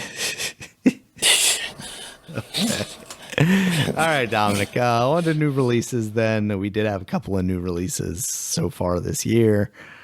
Donkey Kong Country Returns HD is now out on the Nintendo Switch. This is ridiculous. I don't even care what this game looks like. I know some people complain about the hair, and that is awful. That should be enough to say $60. Get the fuck out of here. Yep, that's rough. That's a hard pill to swallow. So the first one even had hair? I have not seen this hair discourse, so I'm not totally sure what So you're they're talking saying about there. he didn't have hair. Like they say, oh, I don't see the hair on the Donkey Kong, and I was like, oh, the first one did, or was it? I said, damn, that's fucked up if that's true. But still, $60. Man, Nintendo could eat some shit with that, man. That is Game ridiculous. Explained, DK's missing FX hair FX saga continues. You paying a full price, and you paying more. You're paying more for this game than it came out for. Yeah. So many years ago. All right, Like, Dominic. what else is it adding? Hold on, I still don't, I don't get it. think What it's is it adding adding? anything. That's the problem. Like, there's not even a fucking Funky hell. Kong mode in this one, I don't think.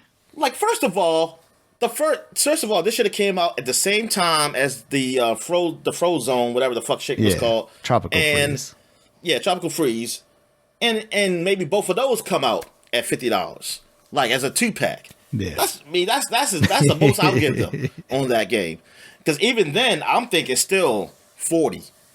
But man, that's ridiculous. $60 fucking dollars. Yeah. I'm seeing people in the YouTube comments talking about AI upscaling of the cutscenes. I'm not gonna take too much credence into that without looking into it. But Wait a minute, okay, the AI. Okay, so is that a bad thing? AI upscaling? I mean, the reality. That's a human job. A human job. That's a human job. That's it. Yeah, that's a human job. Somebody should have done pixel reanalysis. They do say and poorly at that. So, if it's poor AI upscaling, I've seen some good AI upscaling. So what is the stance here? Are we for no AI, or I am for AI improving people's jobs. That so the people have to lose I'm not a for job. AI taking people's jobs. Taking the jobs. Yes. Is that a stance That's we can improving. get behind, Dominic? Yeah. Okay. I can get behind that. Like, and but the thing is, I want AI for voices. I want them for voice acting when there isn't no voice acting. So here's the thing. Now we can look at that two different ways because I don't necessarily disagree with you there. We can look at it as though the game company should implement that, or we can look at that as in the game gets released without it, and then I can either use a mod or something, part of the accessibility features of the console can then allow me to do that. Oh man, like it's gonna be that robot voice. Like a screen reader, but better, right? But screen readers have gotten good. Yeah, they gotten good. But it's just, you know what? Because that's what I did with Pentiment. I did it with their implemented screen reader, and that's the only game I know that does that. Yeah. Like except for games that have voices. And I'm like, I don't need you to say everything. You already got, I don't need you to read everything because that's what it does. It reads everything. But I'm like, it's enough reading. I can get past that other stuff they read. Nah, I need y'all to read this shit. I just think about like people who indie places where it'll be a lot out of the way to implement to get an actor to. So that's what I worry about is like. I don't know. I don't want to speak myself into giving like a loophole, right? Is like, yeah, that's what I'm saying. Like, I don't know how you would decide. This company is only this many employees, therefore they can implement this. Yeah, because they clearly don't have the budget for this. It would have to be all or nothing, and that's what it sucks. Yeah, because it's like, and that's why I feel like you have to put it on the consumer side of things to allow us to make that decision. But you know what, Daniel? To do that, you know what? There's not enough black voice actors anyway, so I don't care. Kill the job. Kill the job. Get those AI voices in there. Fuck it. We ain't heard that many black people. Only heard like 4 of them. Like Phil Lamar. Yep.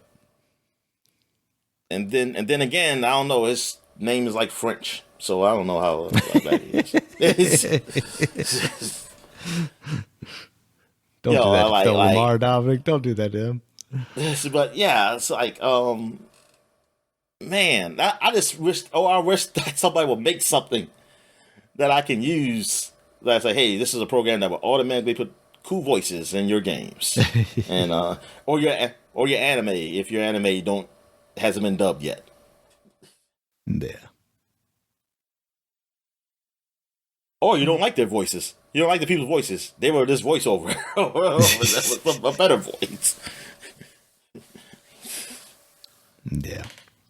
So, AI is something I constantly worry about, Dominic. Man, I mean, I was always against like robots doing shit like the whole Amazon store. Like, Yeah. I swear, like I'm gonna like I'm gonna be a terrorist. Well, not terrorist. Well, they're gonna call me a terrorist, but I'm not gonna do what people are in there. Even though I think it's 24 hours, I just have to. I just want to scare people to get out. So get out of here. I'm gonna blow up the place. You know, and then it's like I'm just going to go around destroying Amazon fresh stores. Just Dominic, I implore you to not make this evidence. Or I'm just gonna, I'm gonna be going around like breaking the registers, you know, where the automatic registers and stuff, like you do. I'm going around like just breaking them in different stores. Like, no, it's like go in the line. It's like go in the line. We say we need we need to keep these employees. All right. Next up, okay, that's Dominic. Yeah, we got next up. We got Tales of Grace F remastered for the PC, Nintendo Switch, PS4, PS5, Xbox One, Xbox Series. Are you familiar at all with the Tales of Grace series? I believe it's a Japanese RPG. So this ain't the, like Tales of Vesperia and all that shit. I don't. Maybe it's like a spin-off of that series. I mean, because they all got different names. Yeah. Let's see. It is. Where does it fall? Yeah. The Tales. It is part of that. I played Tales of Arise. Oh, Tales of Arise. Okay. I played that one. I did not realize this is a at all. remaster of an old one, though. Yeah. Okay. I did not realize this was part of that. I mean, it makes sense. I don't know. I mean, I heard Tales of Arise because that was really like different than those, so I liked it. Now the other ones, they look too Japanesey for me. Probably. I mean, that's the thing, Dominic. Like Tales of Graces, Tales of Heart. Like, just listen to those names. I mean, Tales of Symphonia. Now we're talking. Give me words I understand.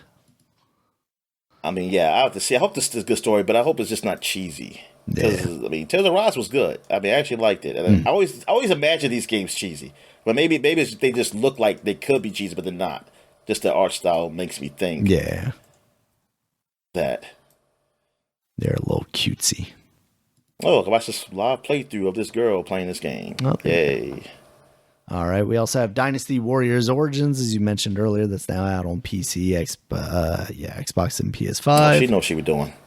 We also have Ninja Gaiden 2 Black HD that we mentioned, PS5, PC, Xbox, and Final Fantasy VII Rebirth is finally out now on PC, Dominic.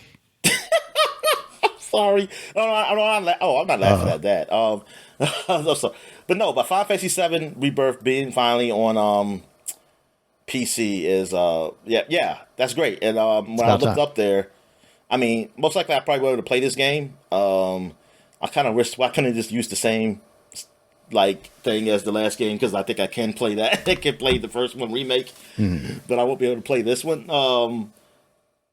But it's also like 150 something gigs on the PC, and I was like, Jesus. Yeah. I said, goodness gracious! Oh man, I need a big hard drive. It was like I need several big hard drives. Yeah, I mean, that is ridiculous. I said, I don't have no space for that. Then again, I do have games up here that I don't play, but I'll just be like, what if I delete it? And then I'm like, oh, I want to play it. What if I need and then this? I got downloaded. Then I got downloaded again. Yeah. I'm laughing at this Simpsons tweet. Well, the Simpsons NFL, like they do clips from Simpsons and based on what happened in the NFL. They have the Jerry Jones choosing Brian Schottenheimer as the Cowboys coach, and they used the monorail show when he was like picking who who's going to be the conductor, and like he just point. He's not pointing at anybody. He's just saying like, you like he didn't have nobody in mind. He's like Homer's like me. Yeah, you. He's like, yeah. They just say like that's what the comics. They just picked anybody, and oh yeah, that's it. Yeah, I'm good. All right. Let's see. Hey Dominic, what's your blue sky? Oh yeah, because I see you have blue sky up here. That's a good question, Daniel. I have to go trying to find to it my over phone, here, but I could not. And I thought I had at least close to my name. What does the blue sky logo looks like? Butterfly.